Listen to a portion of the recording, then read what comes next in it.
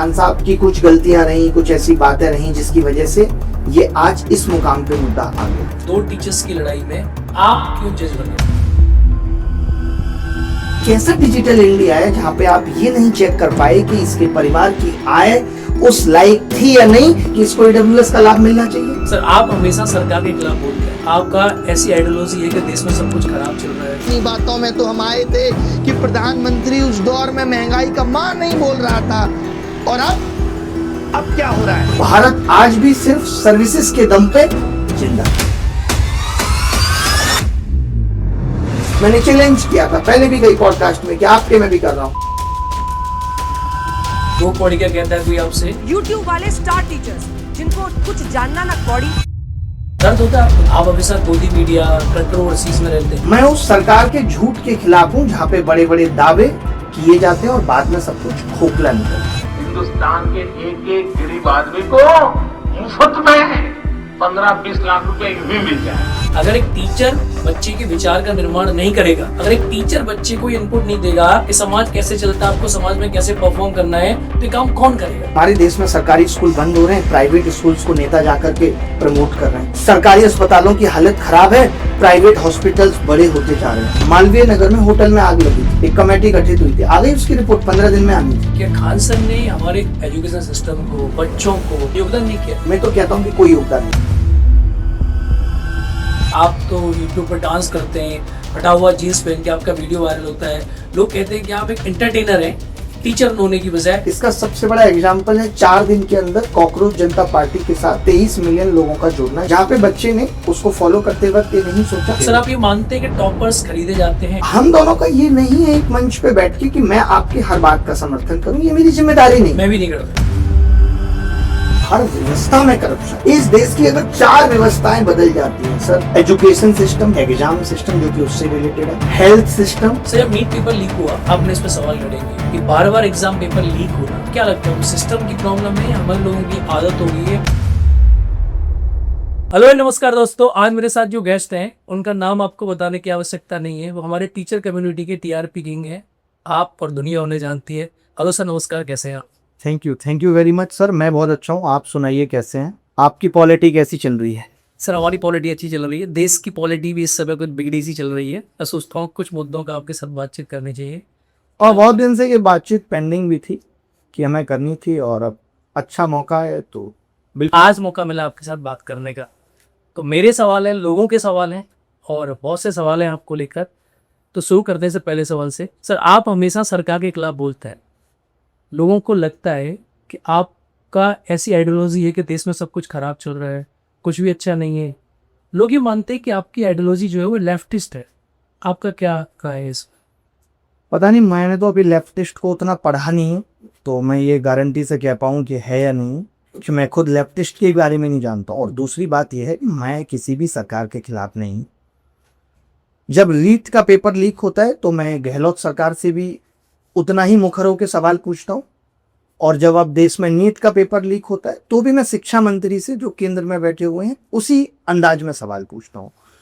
तो मैं किसी सरकार के खिलाफ नहीं, बल्कि मैं सरकार की उन नीतियों के खिलाफ हूँ जिनकी वजह से देश आगे नहीं जा पा रहा है।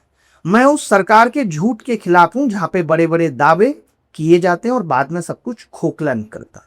मैं इन चीज़ों के खिलाफ हूँ कि भाई देश की मीडिया अगर PM का बयान भी चला रही है तो उसका फैक्ट चेक नहीं कर रही। जैसे अभी आपने देखा होगा कि PM ने ये कहा कि हमारे देश का जो एक्सपोर्ट है वो 35 गुना बढ़ा है। जो आप खुद GS के टीचर हैं, आप बेहतर तरीके से जानते होंगे कि ये कितना बड़ा झूठ था। 35 गुना नहीं हुआ है लास्ट 12 सालों। जैसा कि ये दिखाया जाता है कि भारत इस वक्त सबसे बड़ा मैन्युफैक्चरिंग हब है मोबाइल का। इसकी भी सच्चाई और वास्तविकता कुछ अलग है कि चाइना की मोनोपोली हो रही थी। भारत की ऐसी कौन सी कंपनी है जो मोबाइल मैन्युफैक्चर कर रही है? नहीं है। दूसरे देश की कंपनी आकर के, पहले चाइना में मोबाइल मैन्युफैक्चरिंग हो रही थी, अब वो भारत में हो रही है। क्या भारत में स्क्रीन बन रही है? क्या भारत में चिप बन रही है? बस भारत में जगह सस्ती मिल गई है, लेबर कॉस्ट कम है, तो असेंबलिंग हो रही है। और उस हर चीज के असेंबलिंग के नाम पे आत्मनिर्भर भारत का एक कोरा सपना लोगों को दिखाया जा रहा है, सिर्फ इमोशनली अरेस्ट करने के लिए नहीं कि सरकार बहुत अच्छा काम कर रही है। तो मेरी कोई लड़ाई सरकार से नहीं है, मेरी लड़ाई इस बात से है कि जहां आप 2047 में भारत को विकसित होने की बात कर रहे हैं, वहां भारत का लॉस, बेसिकली मैं लॉस इसलिए बोल रहा हूं ताकि लोग ये समझ नहीं पाएंगे कि गुड्स ट्रेड डेफिसिट लगातार पिछले 5 सालों में बढ़ रहा है, यानी चीजें बाहर से ज्यादा आ रही हैं, यहां से कम जा रही हैं। भारत आज भी सिर्फ सर्विसेज के दम पे जिंदा है, सर्विसेज के दम पे मैनेज कर पा रहा है। जो जीडीपी है भारत की वो सर्विसेज के दम पे। तो मैं लोगों को ये चीज आईना दिखाना चाहता हूं कि सरकार जो हमें दिखा रही है वो सही चीजें नहीं है, क्योंकि आज से 10 साल पहले अगर लोगों ने ठीक तरीके से सवाल उठाए होते तो आज ये नौबत नहीं होती। आज आगे आने वाली पीढ़ियां हमसे पूछेंगी कि तुम क्या कर रहे थे उस वक्त जब देश सही दिशा में नहीं जा रहा था, केवल झूठी बातें बताई जा रही थी। आत्मनिर्भर भारत, डिजिटल इंडिया की बात कर लेते हैं। आप एक बात बताइए, जिस देश में लोग रिजर्वेशन का विरोध करते हैं और ये कहते हैं कि भाई रिजर्वेशन सही लोगों तक नहीं पहुंच रहा, मान लेते हैं कि SC ST कैटेगरी की बात कर लेते हैं कि जिन लोगों के परिवार कई पीढ़ियों से इस चीज का लाभ ले रहे थे और वो अब उस लाइन से ऊपर उठ चुके हैं तो उनको रिजर्वेशन नहीं मिलना चाहिए। तो वहां पे एक बात आती है लोगों की, क्रिमिनल लागू नहीं है SC ST कैटेगरी पर। हाँ नहीं है, OBC में है। चलिए इस बात को भी छोड़ देते हैं क्योंकि मैं तो रिजर्वेशन के खिलाफ हूं नहीं, लेकिन मैं हाँ ये कहता हूं कि रिजर्वेशन इकोनॉमिक आधार पे मिलना चाहिए, लोग भी ऐसा कहते। तो अभी जनरल को मिला इकोनॉमिक आधार पे, EWS के आधार पे रिजर्वेशन मिला, लेकिन अभी भी वो रिजर्वेशन का लाभ सही हाथों में नहीं पहुंचा। अभी एक रिपोर्ट मैं देख रहा था जिसमें 104 में 67 गलत लोग EWS का फायदा लेकर के सिविल सर्विसेज पास किए। आप बताइए कैसा डिजिटल इंडिया है जहां पे आप ये नहीं चेक कर पाए कि इसके परिवार की आय उस लायक थी या नहीं कि इसको EWS का लाभ मिलना चाहिए। एक आदमी जो MNC में जॉब कर रहा था, क्या उसके ट्रांजैक्शन से ये नहीं पता लग पाया कि यार ये EWS डिजर्व करता है या नहीं करता। यानी अभी भी जो हम एक सपना देखते थे, यार एक वक्त आएगा जब इकोनॉमिक आधार पर रिजर्वेशन होगा, तो वो जनरल को जब रिजर्वेशन दिया गया इकोनॉमिक आधार पे तो उसमें भी लूट मच गई, गलत सर्टिफिकेट बनने लगे। तो ये कैसा डिजिटल इंडिया है। आप बताइए, मोदी जी जब आए तो उन्होंने कहा कि कट कमीशन, करप्शन खत्म कर दूंगा। आपने देखा होगा कि किस तरीके से IAS ऑफिसर्स ने सस्ती जमीन लेकर के उसको 3200 करोड़ का बना लिया। यानी कि यहाँ नेता भ्रष्ट करप्शन में पाए जा रहे हैं, यहाँ पे अधिकारी करप्शन में पाए जा रहे हैं, छोटे बाबू से लेके बड़े बाबू तक। अगर देश इतना ज्यादा करप्शन में लिप्त रहेगा तो कैसे ये देश विकसित भारत बन पाएगा, कैसे ये देश 2047 में विकसित हो पाएगा। इस पे मेरा संदेह होता है, इसीलिए मैं लगातार सवाल पूछता हूं। अगर ये सवाल नहीं पूछे जाएंगे, अगर ये आवाजें नहीं उठाई जाएंगी, तो फिर ये लोग अभी जितना मनमर्जी का कर रहे हैं उससे कहीं ज्यादा फिर मनमर्जी की बात करेंगे। प्रॉब्लम इधर, तो इसीलिए मैं नीतियों के खिलाफ बोलता हूँ। सर ये बहुत अच्छा आपने रिप्लाई दिया, क्योंकि मैं पर्सनली जानना चाहता था कि आपकी विचारधारा क्या है। तो ये दर्शक देख रहे होंगे कि अभय सर की जो विचारधारा है वो मुद्दों किसी के खिलाफ, फिलोसफी पे नहीं, न वो लेफ्टिस्ट को मानते ना राइटिस्ट को मानते, वो विचारधारा वाले व्यक्ति न होकर वो बात करते हैं मेरी मुद्दों की विचारधारा है। मेरी विचारधारा ये है कि आज हेल्थ सिस्टम इतना खराब हो चुका है, तो मैं तो ये चाहता हूं कि कोई भी हॉस्पिटल इंडस्ट्री या फिर एजुकेशन इंडस्ट्री किसी भी सरकारी या सरकार की पार्टी को, राजनीतिक पार्टी को चंदा नहीं देगी। मैं ये चाहता हूं, क्योंकि अगर वो चंदा देगी तो वो जनता को लूटने का काम करेगी और सरकार कुछ नहीं करेगी। मेरा विरोध इसके खिलाफ है कि हॉस्पिटल चंदा नहीं देगी। हॉस्पिटल में आए हुए मरीज को दया दृष्टि की भावनाओं से देखा जाना चाहिए, ना कि इस भावना से कि इसके 2 ऑपरेशन एक्स्ट्रा कर दीजिए क्योंकि इतना पैसा वसूलना। मेरी लड़ाई इस चीज के खिलाफ है कि आज भी आप हेल्थ इंश्योरेंस करवाने के बाद पागलों की तरह भागते रहते हैं, अप्रूवल नहीं आता। आप अगर अपने पास से पैसा जमा कर दें तो रिम्बर्समेंट नहीं आता। बाद में ये कह दिया जाता है आपने टर्म एंड कंडीशन नहीं पड़ी थी, ये बीमारी आपकी पुरानी है, या ये कह दिया जाएगा इस बीमारी के लिए आप एडमिट क्यों हुए, जरूरत नहीं थी। ये हेल्थ इंश्योरेंस की कंपनियां देश के उन लोगों के साथ गलत कर रही है जिनकी आय बहुत कम है, जो इलाज अफोर्ड नहीं कर पाते। सर आप जिस करेज से बोलते हैं ना, जो आपका बोलने का तरीका है, जैसे आप मुद्दे उठाते हैं, इसके लिए बड़ा करेज चाहिए। और इसी कारण से कुछ लोग कहते हैं कि आप अनकंट्रोल यूट्यूबर्स हैं। हमारे देश की मीडिया कहती है कि आप अनकंट्रोल यूट्यूबर्स हैं। आप जो हैं 2 कौड़ी का कहता है कोई आपसे, आपका क्या दर्द होता है, आपको दिल से लगता है कि यार नहीं, मतलब इसमें मुझे गुस्सा तो नहीं आता, हाँ दुख जरूर लगता है, क्योंकि जब लोग ये कह रहे होते हैं तो वो हमारे पिछले 15 साल के योगदान को भूल जाते हैं।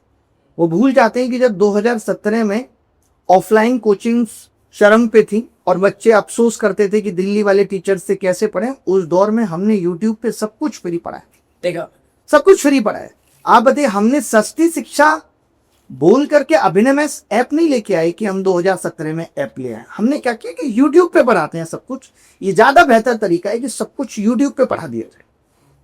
तो हमने उस रास्ते को चुना और वहां से तमाम लोगों ने मोटिवेशन भी लिया, तमाम शिक्षकों ने उसके बाद लोग चैनल शुरू किए।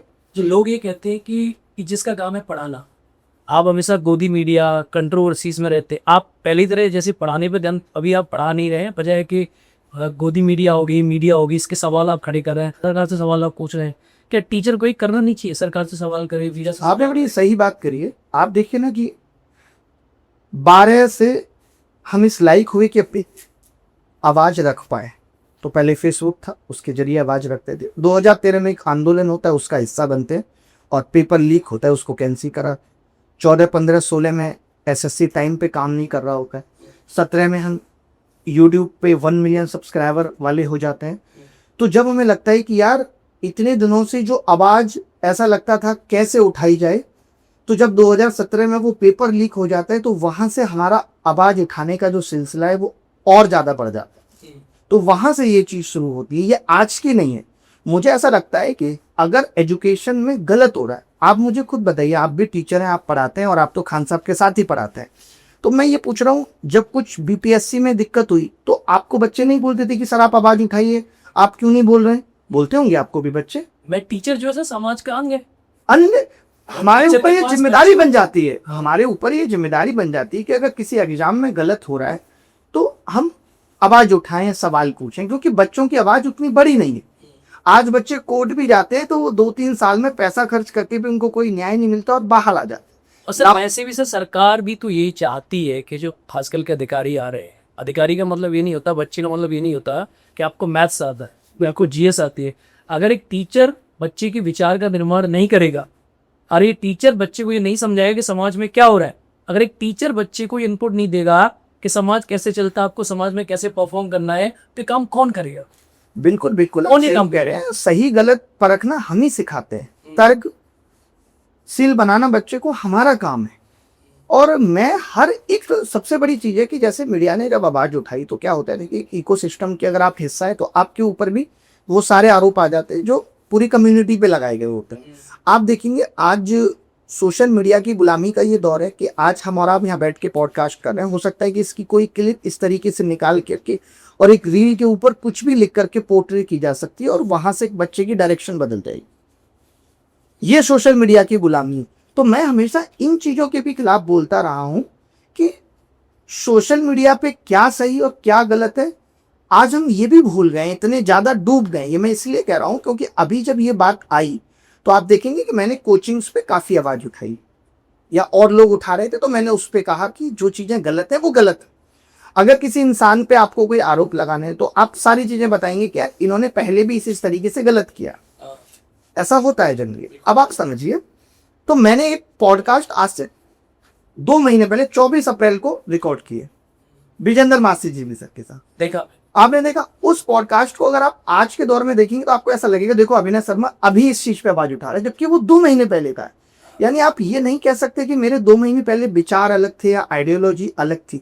मैं उस वक्त भी सरकार से उसी तरीके से बात कर रहा था, मैं उस वक्त भी कोचिंग की, मैं हो रही गलत चीजों के खिलाफ उस वक्त भी उसी तरीके से था जिस तरीके से आज हो। और मैं इन दोनों चीजों को सिर्फ अलग तरीके से देखता हूं। मैं ये देखता हूं कि देखिए हेल्थ, लोग कहते हैं इसमें गलत नहीं कुछ, मेरे खुद के भाई बाहर बैठे हैं, वो कहते हैं कि क्या गलत है प्रमोशन करके पैसा कमाना। मैं ये कहता हूं कि हेल्थ और एजुकेशन 2 ऐसी चीजें हैं, अगर इन दोनों के केंद्र में सिर्फ पैसा होगा तो ये देश कभी आगे नहीं बढ़ता। नहीं बढ़ेगा। आप डॉक्टर को दिखाने गए, अगर डॉक्टर के दिमाग में यही है कि मुझे इस आदमी से 30,000 वसूलने, तो वो उलूल टैस्ट भी करवाएगा जो हो रहा है इस देश में। दुनिया के टॉप कंट्रीज है, उन कंट्रीज में आप चाइना को देख दो, वहाँ हेल्थ और जो एजुकेशन आपने बोला, इनके केंद्र में पैसा नहीं होगा। वही आज आप देखिए, ये दुखद नहीं लगता कि हमारे देश में सरकारी स्कूल बंद हो रहे हैं, प्राइवेट स्कूल्स को नेता जाकर के प्रमोट कर रहे हैं। सरकारी अस्पतालों की हालत खराब है, प्राइवेट हॉस्पिटल्स बड़े होते जा रहे हैं, समझिएगा। और आपको पता है मंदिर, आप मंदिर जाते हैं, आप बिहारी जी मंदिर जाते हैं, आप बेलोन भवानी मंदिर जाते हैं, आपको पता है आज से कुछ साल पहले ये मंदिर पूरी तरीके से प्राइवेट थे, प्राइवेट थे, आज ये सब सरकारी हो रहे हैं। सरकार पैसा सरकार ढूंढ ढूंढ के मंदिरों को सरकारी कर दिए ताकि अच्छे तरीके से चलाया जा सके, अच्छी व्यवस्था दी जा सके, इसीलिए कर रही होगी, शायद यही मंशा रही होगी। नहीं सर, मैं इस बात को मानता हूँ, हमारे कंट्री में, हमारा देश वेलफेयर स्टेट है, लोक कल्याणकारी राज्य है, और हमारे देश में डीपीएसपी का प्रोविजन है, हाँ, और उनमें हेल्थ और एजुकेशन जो है ये प्राइमरी सेक्टर्स हैं, यहाँ हमें ध्यान देना है। जहाँ के वेलफेयर की सरकारों को सोचनी थी, सोचनी थी। एक्सपोनेंशियल ग्रोथ होनी थी उसमें, वो नहीं हुई। हम नहीं चाह रहे, ये हमारे संविधान निर्माता चाहते थे, बिल्कुल, डॉक्टर बाबा और साहब देश तो संविधान से चलेगा। डॉक्टर बिल्कुल, बाबा साहब अम्बेडकर ये चाहते थे कि हमारे देश में शिक्षा और हेल्थ जो है ये प्राइमरी सेक्टर रहे, सरकार इसके लिए काम करे। ये मुझे लगता है कि सर डॉक्टर बाबा साहब अम्बेडकर की जो कोर प्रिंसिपल है। core देखिए, principle- बाबा साहब अंबेडकर संविधान हाथ में ले लेने से, बाबा साहब अंबेडकर साहब के पीछे फोटो लगाने से देश की मूल भावना नहीं बदलेगी साहब। कि आप सोच रहे हैं कि देश के कोर में अब तो बस फोटो लग गई तो देश अपने आप ठीक चलेगा, ऐसा नहीं होगा। उड़ीसा में 1 से लेकर के 8वीं क्लास तक के बच्चों की किताबों में 1678 गलतियां पाई गई हैं। शिक्षा का खोखला होना इस हद तक गिर चुका है। सर आज का जो लोग डॉक्टर बाबा साहब अम्बेडकर के बारे में बात करते हैं, जो संविधान हाथ में लेके उसकी बात करते हैं, मुझे ऐसा लगता है कि उन लोगों ने डॉक्टर बाबा साहब अम्बेडकर को पढ़ा ही नहीं है और जाना ही नहीं। ठीक से, सही बात है सर लेकिन जब सोसाइटी की आप बात करते हैं, बच्चों की बात करते हैं, तो कुछ मीडिया वाले ये सवाल उठाते हैं कि आप तो यूट्यूब पर डांस करते हैं, फटा हुआ जीन्स पहन के आपका वीडियो वायरल होता है, लोग कहते हैं कि आप एक एंटरटेनर हैं टीचर होने की बजाय, तो आपकी इस पे क्या राय है? नहीं, देखिए, मैं ये सोचता हूँ, मैं टीचर हूँ तो मैं कोई रोबोट तो हूँ, या मैं 24 घंटे तो टीचर नहीं हूँ। हमारे ही लाठी में गया और मान लेते हैं आज से 6 साल पहले या 7 साल पहले मैंने एक ऐसी पार्टी में डांस कर दिया जहाँ पे जीन्स फटी हुई है, और उस एक घटना से आप मेरे पूरे चरित्र को नाप देंगे, तो ये बहुत बड़ी नाइंसाफ़ी हो। दूसरी चीज़ कि आज ऑनलाइन पढ़ाना हो या ऑफलाइन पढ़ाना हो क्लास के अंदर, ये आज से नहीं है, बहुत पहले से है कि शिक्षक की ये जिम्मेदारी होती है कि सब्जेक्ट के अंदर रुचि पैदा करे। और गणित एक ऐसा सब्जेक्ट भी है, आप पॉलिटी पढ़ाते हैं, आप तमाम तरीके की ऐसी कहानियां बीच बीच में सुनाते होंगे जिसका सब्जेक्ट से लेना देना नहीं है, ताकि बच्चा उस रिलेट करके उस स्टोरी को देर तक याद कर सके। यही है। तो मुझे ऐसा लगता है कि गणित पढ़ाते वक्त, जो कि पहले से पता है कि बच्चों को डर लगता है, अगर उसके बीच में 3-3 घंटे की क्लास के बीच में अगर ऐसा किया जा रहा है कि हंसी मजाक कर दी गई या कोई शायरी कह दी गई, तो मुझे नहीं लगता कि इस पर इतनी बड़ी आपत्ति है। आपने कोई एक रील निकाल दिया कि मैं 3 घंटे से पढ़ा रहा हूँ, दिमाग मेरा ऐसा हो गया, मैंने ऐसे ऐसे कर दिया, और आपने उस 30 सेकंड को निकाल के क्या दिखा दिया, ये साहब तो डांस कर रहे। आप इस चीज को नहीं जुटला सकते कि मैंने 2000 से ज्यादा घंटे यूट्यूब पे पढ़ाया है। आप इस बात को नहीं जुटला सकते कि मैंने लाखों लोगों को सेलेक्ट कराया है। यस, मैंने दिखाया नहीं, मैंने क्लास में ला करके उनको खड़ा नहीं किया कि कल को फिर ऐसा हो कि कोई गलती से बच्चा गलत खड़ा हो जाए और ये आरोप मेरे ऊपर आ जाए, क्योंकि उसके लिए फिर एक बहुत बड़ी रिसर्च भी चाहिए, कोई बच्चा गलती से ना खड़ा हो जाए। तो मुझे लगता है कि बच्चे अपने आप से ये बता देते हैं कि हाँ, मैंने अभिनय शर्मा से पढ़ा। आज आप बताइए ना कि मैं पढ़ा रहा हूँ और मेरे पास अभी भी बच्चा आ रहा है, तो वो शायद इसीलिए आ रहा होगा कि मैं अच्छा पढ़ा रहा हूँ। कुछ सर बात होगी टीचर्स को लेकर ना, टीचर्स की अपनी एक लाइफ होती है, टीचर्स की पर्सनल लाइफ होती है। टीचर डांस क्यों नहीं कर सकता? मैं तो पर्सनल लेवल पे मानता हूँ कि टीचर डांस क्यों नहीं कर सकता। टीचर डांस कर सकता है, टीचर पार्टी में जा सकता है, टीचर है, प्रोफेसर। हाँ, मैं भी ये कहता हूँ कि अब टीचर अगर सिगरेट पी रहा है, टीचर अगर शराब पी रहा है, पब्लिकली पी रहा है, तो मैं मानता हूँ ठीक है, गलत हो सकता है। खैर, मैं ये सब चीजें नहीं करता हूँ। मेरा सीधा सिद्धांत है कि जिंदगी अपने आप में एक नशा है, लड़खड़ा के और क्या टीचर्स भी देख रहे हो सिगरेट पी रहे हैं, यूट्यूब पे वीडियोस आ रही हैं वगैरह। मैं बच्चों को नहीं, मैं मर्दों को पढ़ाता हूँ। देखिए, वायरल होने के लिए किसी भी हद तक जाना गलत है। गलत है। वायरल अगर होना है तो आप देश के मुद्दे उठा के हो रहे हैं, आप सही काम करके वायरल हो रहे हैं, इसमें कोई बुराई नहीं है। आपने साहब, मैं नीट के लिए नहीं पढ़ा था, मैंने नीट पे खूब बोला और लोगों ने खूब अप्रिशिएट किया, इसमें गलत नहीं। आप गलत करके वायरल हो रहे हैं, वो गलत है। आप सही करके वायरल हुई, अच्छे काम करके भी वायरल हुआ जा सकता है। सर आप जो मुद्दे उठाते हैं, तो लोग ये भी कहते हैं कि एजुकेशन जो है टीचर और बच्चों को सरल बनाती है, लेकिन आप बताते हैं ऐसा मीडिया और बहुत लोगों का सवाल है कि आप जो है क्लास में कहते हैं कि मैं एक शर्ट को दोबारा चेंज नहीं करता, तो ये सरलता, एजुकेशन सरल बनाती है, और आपका स्टेटमेंट है कि मैं शर्ट को दोबारा चेंज नहीं करता, एक बार जो पहन लिया उसको दोबारा नहीं पहनता। तो ये कैसे, ये मुद्दा कैसे ये बात के पेश किए लोगों ने? आज से 3-4 साल पहले की ये बात है, और उसके पीछे की थ्योरी भी ये थी। जब हम आए थे शुरुआत में, तो बहुत सारी ऐसी चीज़ें थी, जैसे लोग उसके पीछे की कहानी नहीं समझते हैं कि हमें अपने घर की शादियों में नहीं बुलाया जाता था, ये कह दिया जाता था कि एक जोड़ी कपड़े हैं।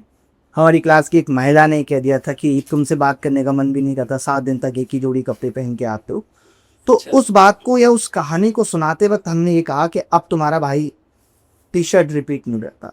तो मुझे लगता है कि उससे पढ़ाने का मूल्यांकन करना या उससे शिक्षा विद होने का मूल्यांकन करना सही नहीं होगा इस बात से कि टी शर्ट रिपीट नहीं करते या कपड़े रिपीट नहीं करता। ये अच्छी बात मुझे नहीं लगी। बाकी ये हो सकता है किसी का भी कोई एक शौक हो सकता है। हाँ, मुझे लगता है ये आपने रिप्लाई दिया अपने पर्सनल लेवल पे कुछ लोगों के लिए, जिनसे आपने कहा कि मैं अब तुम्हारा भाई रिपीट नहीं करती सर। मुझे लगता है बच्चों को समझना चाहिए, क्योंकि जब हम पढ़ते नहीं, थे बच्चे तो इस चीज को समझते हैं, बच्चों ने तो कभी नहीं उठाया। हाँ, बच्चे इस चीज को समझते हैं, बच्चों को पढ़ाई से मतलब है। वो तो खुश होते हैं, अच्छा है मेरा टीचर है। और टीचर्स कौन से और देखिए टीचर को यूट्यूब पे पढ़ाने के लिए अगर मैं भाई साहब को भी पूछूं तो ये भी देखेंगे कि कोई भी टीचर कुछ भी पहन के उलूल जुलूल आ रहा है, अजीब सा दिख रहा है। प्रेजेंटेशन भी टीचर की एक जिम्मेदारी है कि मुझे अच्छा दिखना है। और मैं रात को 8-9 बजे क्लास लेता हूँ। अब आप कहेंगे कि यार आप जब आते हो तो आपके बाल एकदम सेट होते हैं सुबह से। हाँ, मैं मुंह धो के आता हूँ, मैं मुंह धो के बाल सेट करके ऑयल लगा के तब आता हूँ। प्रेजेंटेशन की तो एक आपकी क्लास का हिस्सा है। जो टीचर्स से हम भी पढ़े, वो टीचर्स का जो परसेप्शन था, जो उन्होंने जो कपड़े पहने, उनका बात करने का तरीका था। एक टीचर जो है बच्चों के लिए रोल मॉडल होता है। मेरे को ये लगता है कि आप जो पहनते हो, आप जो बात करते हो, आप जो सोचते हो, उसका इम्पैक्ट पड़ता है और आपकी फैन फॉलोइंग जो है उसे पसंद करती है और वो जरूरी भी है। तो मैं ये पर्सनल लेवल में मानता हूँ कि शर्ट चेंज करना, ये सब करना, अच्छे से रहना, अच्छे से प्रेजेंट करना, बिकॉज टीचर जो है आज सर सबसे बड़ा दुख पता ये हो गया है कि आपकी किसी भी बात को बहुत आसानी से तोड़ मरोड़ के पेश करके और ऊपर कुछ भी लिख करके गुमराह किया जा सकता।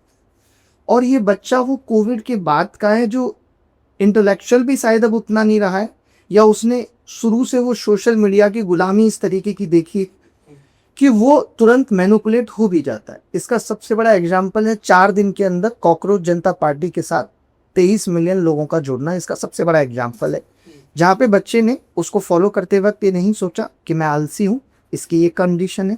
उसने नहीं सोचा कि मैं 11 घंटे मोबाइल चलाता हूँ, ये नहीं सोचा, और वो एक भीड़ की तरफ चलने लगी।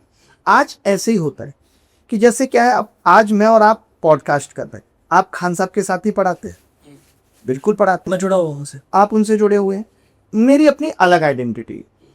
हम दोनों का ये नहीं है एक मंच पे बैठ के कि मैं आपकी हर बात का समर्थन करूं, ये मेरी जिम्मेदारी नहीं। मैं भी नहीं करता। हम दोनों एक दूसरे के हर बात का समर्थन करेंगे, ये जरूरी नहीं। अभी जैसे आपने देखा होगा कि मैंने अंकित अवस्थी सर के साथ, उन्होंने मुझे कहा कि सर हम इस टॉपिक पे बात करना चाहते हैं जो खान सर का चल रहा है। मैंने कहा ठीक है सर, अच्छी बात है, करते हैं। उन्होंने बात की, पूरे पॉडकास्ट में 50 मिनट बात होती है। उस 50 मिनट में हो सकता है कि शुरुआत के आधे हिस्से में मैंने कोचिंग इंडस्ट्रीज पे बहुत ज़्यादा हार बोला हो, और जहाँ जहाँ आप देखेंगे उसमें, तो जहाँ जहाँ मुझे ऐसा लगा है कि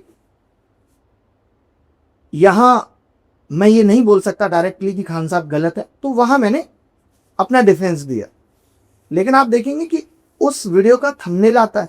अब आज आप मेरे साथ पॉडकास्ट कर रहे हैं, I am not the deciding factor कि आप थंबनेल पे क्या लिखेंगे, मैं नहीं डिसाइड करूँगा, मेरा बनता भी नहीं।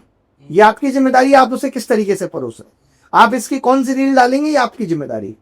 उस पॉडकास्ट पे लिख जाता है 200 रुपये वाली खान सर।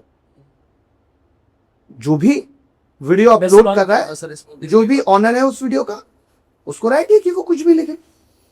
अब इस तरीके को ऐसे तोड़ मरोड़ के परोसा जाता है कि मैं इस चीज का विरोध कर रहा हूं कि खान साहब 200 रुपये में पढ़ाते थे। मेरा इन चीजों से विरोध नहीं है। मैंने उस वीडियो में कई बार कहा है, वो 200 में पढ़ाए, वो 70 में पढ़ाए, वो 50 में पढ़ाए, वो 1 में पढ़ाए, वो फ्री यूट्यूब पे पढ़ा। ये दो टीचर्स की पढ़ना की जो लड़ाई है, हाँ, इसमें आपकी एंट्री होती है। लोगों का ये सवाल है कि 2 टीचर्स की लड़ाई में आप क्यों जज बने? सर देखो, आपको भी पता है कि इस देश में न्याय मिलना बड़ा लंबा है। आज लोग कह देंगे, बड़े बड़े इंटेलेक्चुअल लोग, तमीजदार लोग जो कि सब कुछ जानते हैं, लेकिन बचने के लिए क्या कह देंगे कि न्याय व्यवस्था अपना काम करेगी, वो बताएगी कौन गलत है, सीबीआई अपना काम करेगी, वो बताएगी कि गलत है। अभी मालवीय नगर में होटल में आग लगी थी, एक कमेटी गठित हुई थी, आ गई उसकी रिपोर्ट, 15 दिन में आनी थी, मुझे तो अभी तक नहीं मिली। कल फिर आग लगी, फिर एक कमेटी बनी है। हमारे यहाँ गलत पे गलत हो रहा है, कमेटियां बन रही हैं, और आज भी तमाम लोग न्याय के लिए इंतजार में बैठे हैं। 10-10 साल भी हो गए, 3-3 साल भी हो गए, 4-4 साल भी हो गए, न्याय नहीं मिली। तो ये बड़ा अच्छा स्टैंड है कि इस वक्त लोग ये कह के निकल जाते हैं न्याय व्यवस्था अपना काम करे। एक बात बताइए, अगर मैं अपनी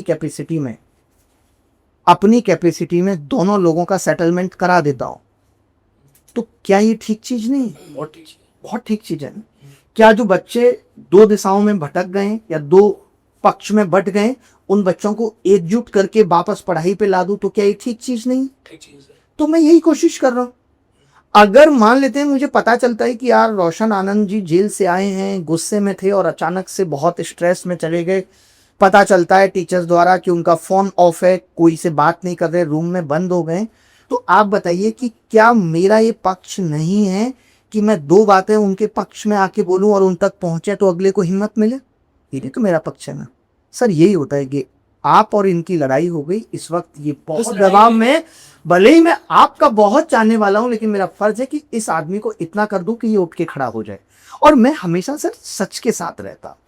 आपको पता है कि महाभारत में भीष्म पितामह की गोद में खेले हैं अर्जुन, द्रोणाचार्य से धनुर्विद्या सीखी अर्जुन ने। और सोचे एक वक्त आता है कि जब रण क्षेत्र में सारे अपने सामने होते हैं, धनुष छूट जाता है अर्जुन का।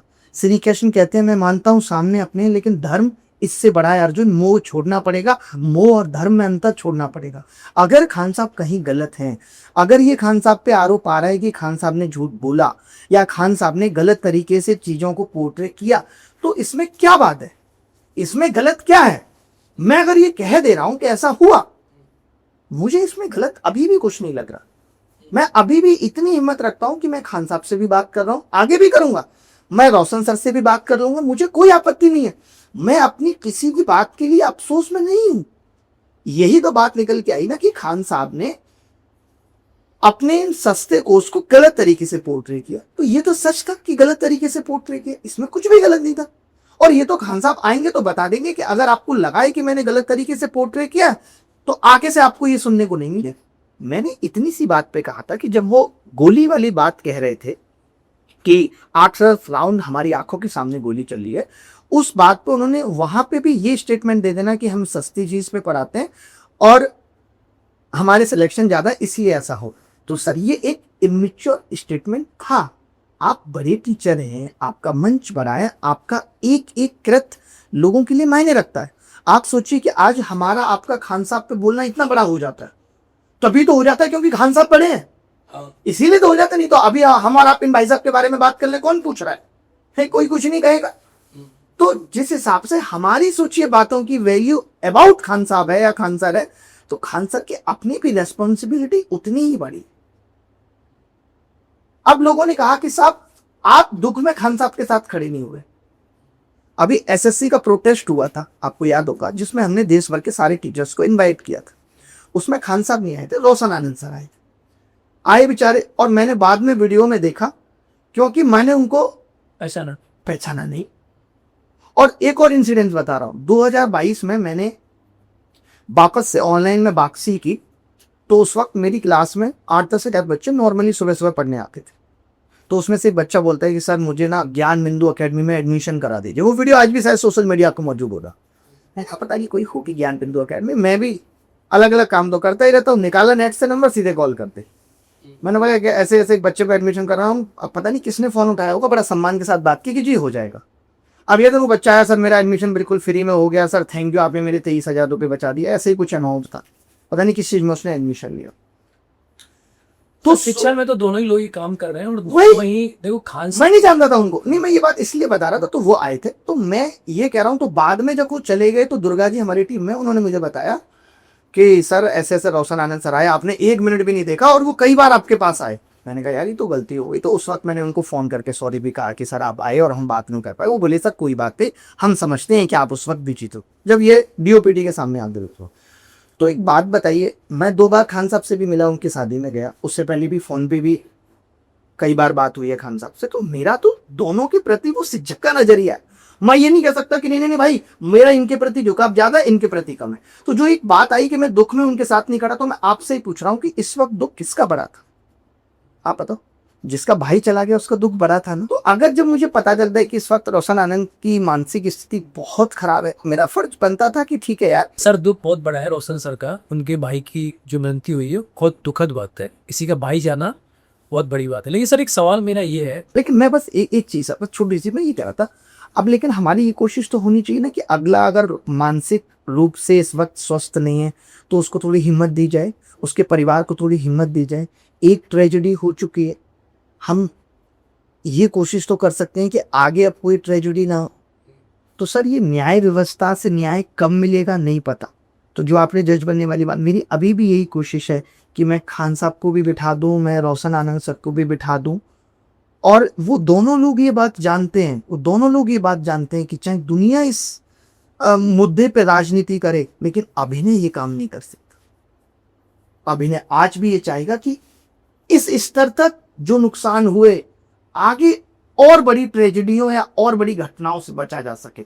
अभी भी मैं ये सोचता हूँ। क्यों सोचता हूँ? क्योंकि ये मुद्दा दो शिक्षकों का नहीं है, ये मुद्दा तमाम हजारों लाखों बच्चों का भी है जो इनसे पढ़ रहे हैं, उनका भी तो ये मुद्दा। अब वैसे एक सवाल मेरा ये है कि खान साहब पे आरोप लगे लेकिन लोगों ने उन्हें दोषी करार दे दिए। आपको कैसा लगता है कि आरोप लगना अलग चीज है और किसी को दोषी करार देना अलग चीज? दोषी नहीं करार दे सकते, जिम्मेदार ठहरा सकते, लोग दे सकते हैं कि खान साहब की जिम्मेदारी है। और देखिए कई बार क्या होता है ना, अब अगर हम और आप भी अपने दिल से पूछेंगे, इस लड़के को भी पूछेंगे कि क्या खान साहब ने कभी सोचा होगा कि उसका भाई चला जाएगा, तो इसका जवाब है सीधे सीधे नहीं सोचा। नहीं सोचा होगा ना कि ये लड़ाई इतनी बड़ी हो जाएगी कि किसी के भाई की मौत हो जाएगी और इतनी बड़ी कीमत चुकानी पड़ेगी। किसी ने नहीं सोचा होगा। शायद सोचे होते तो उस चीज को रोक भी देते। तो क्या होता है कि कुछ चीजें ऐसी हो जाती है जो हमारे आपके हाथ में भी। मैं अक्सर एक बात कहता हूं कि यश अपयश, लाभ हानि, जीवन मरण ईश्वर ने अपने हाथ में रखा। तो हम ये जरूर कह सकते हैं, हम जिम्मेदार ठहरा सकते हैं कि हाँ खान साहब की कुछ गलतियां रहीं, कुछ ऐसी बातें रहीं जिसकी वजह से ये आज इस मुकाम पे मुद्दा आ गया।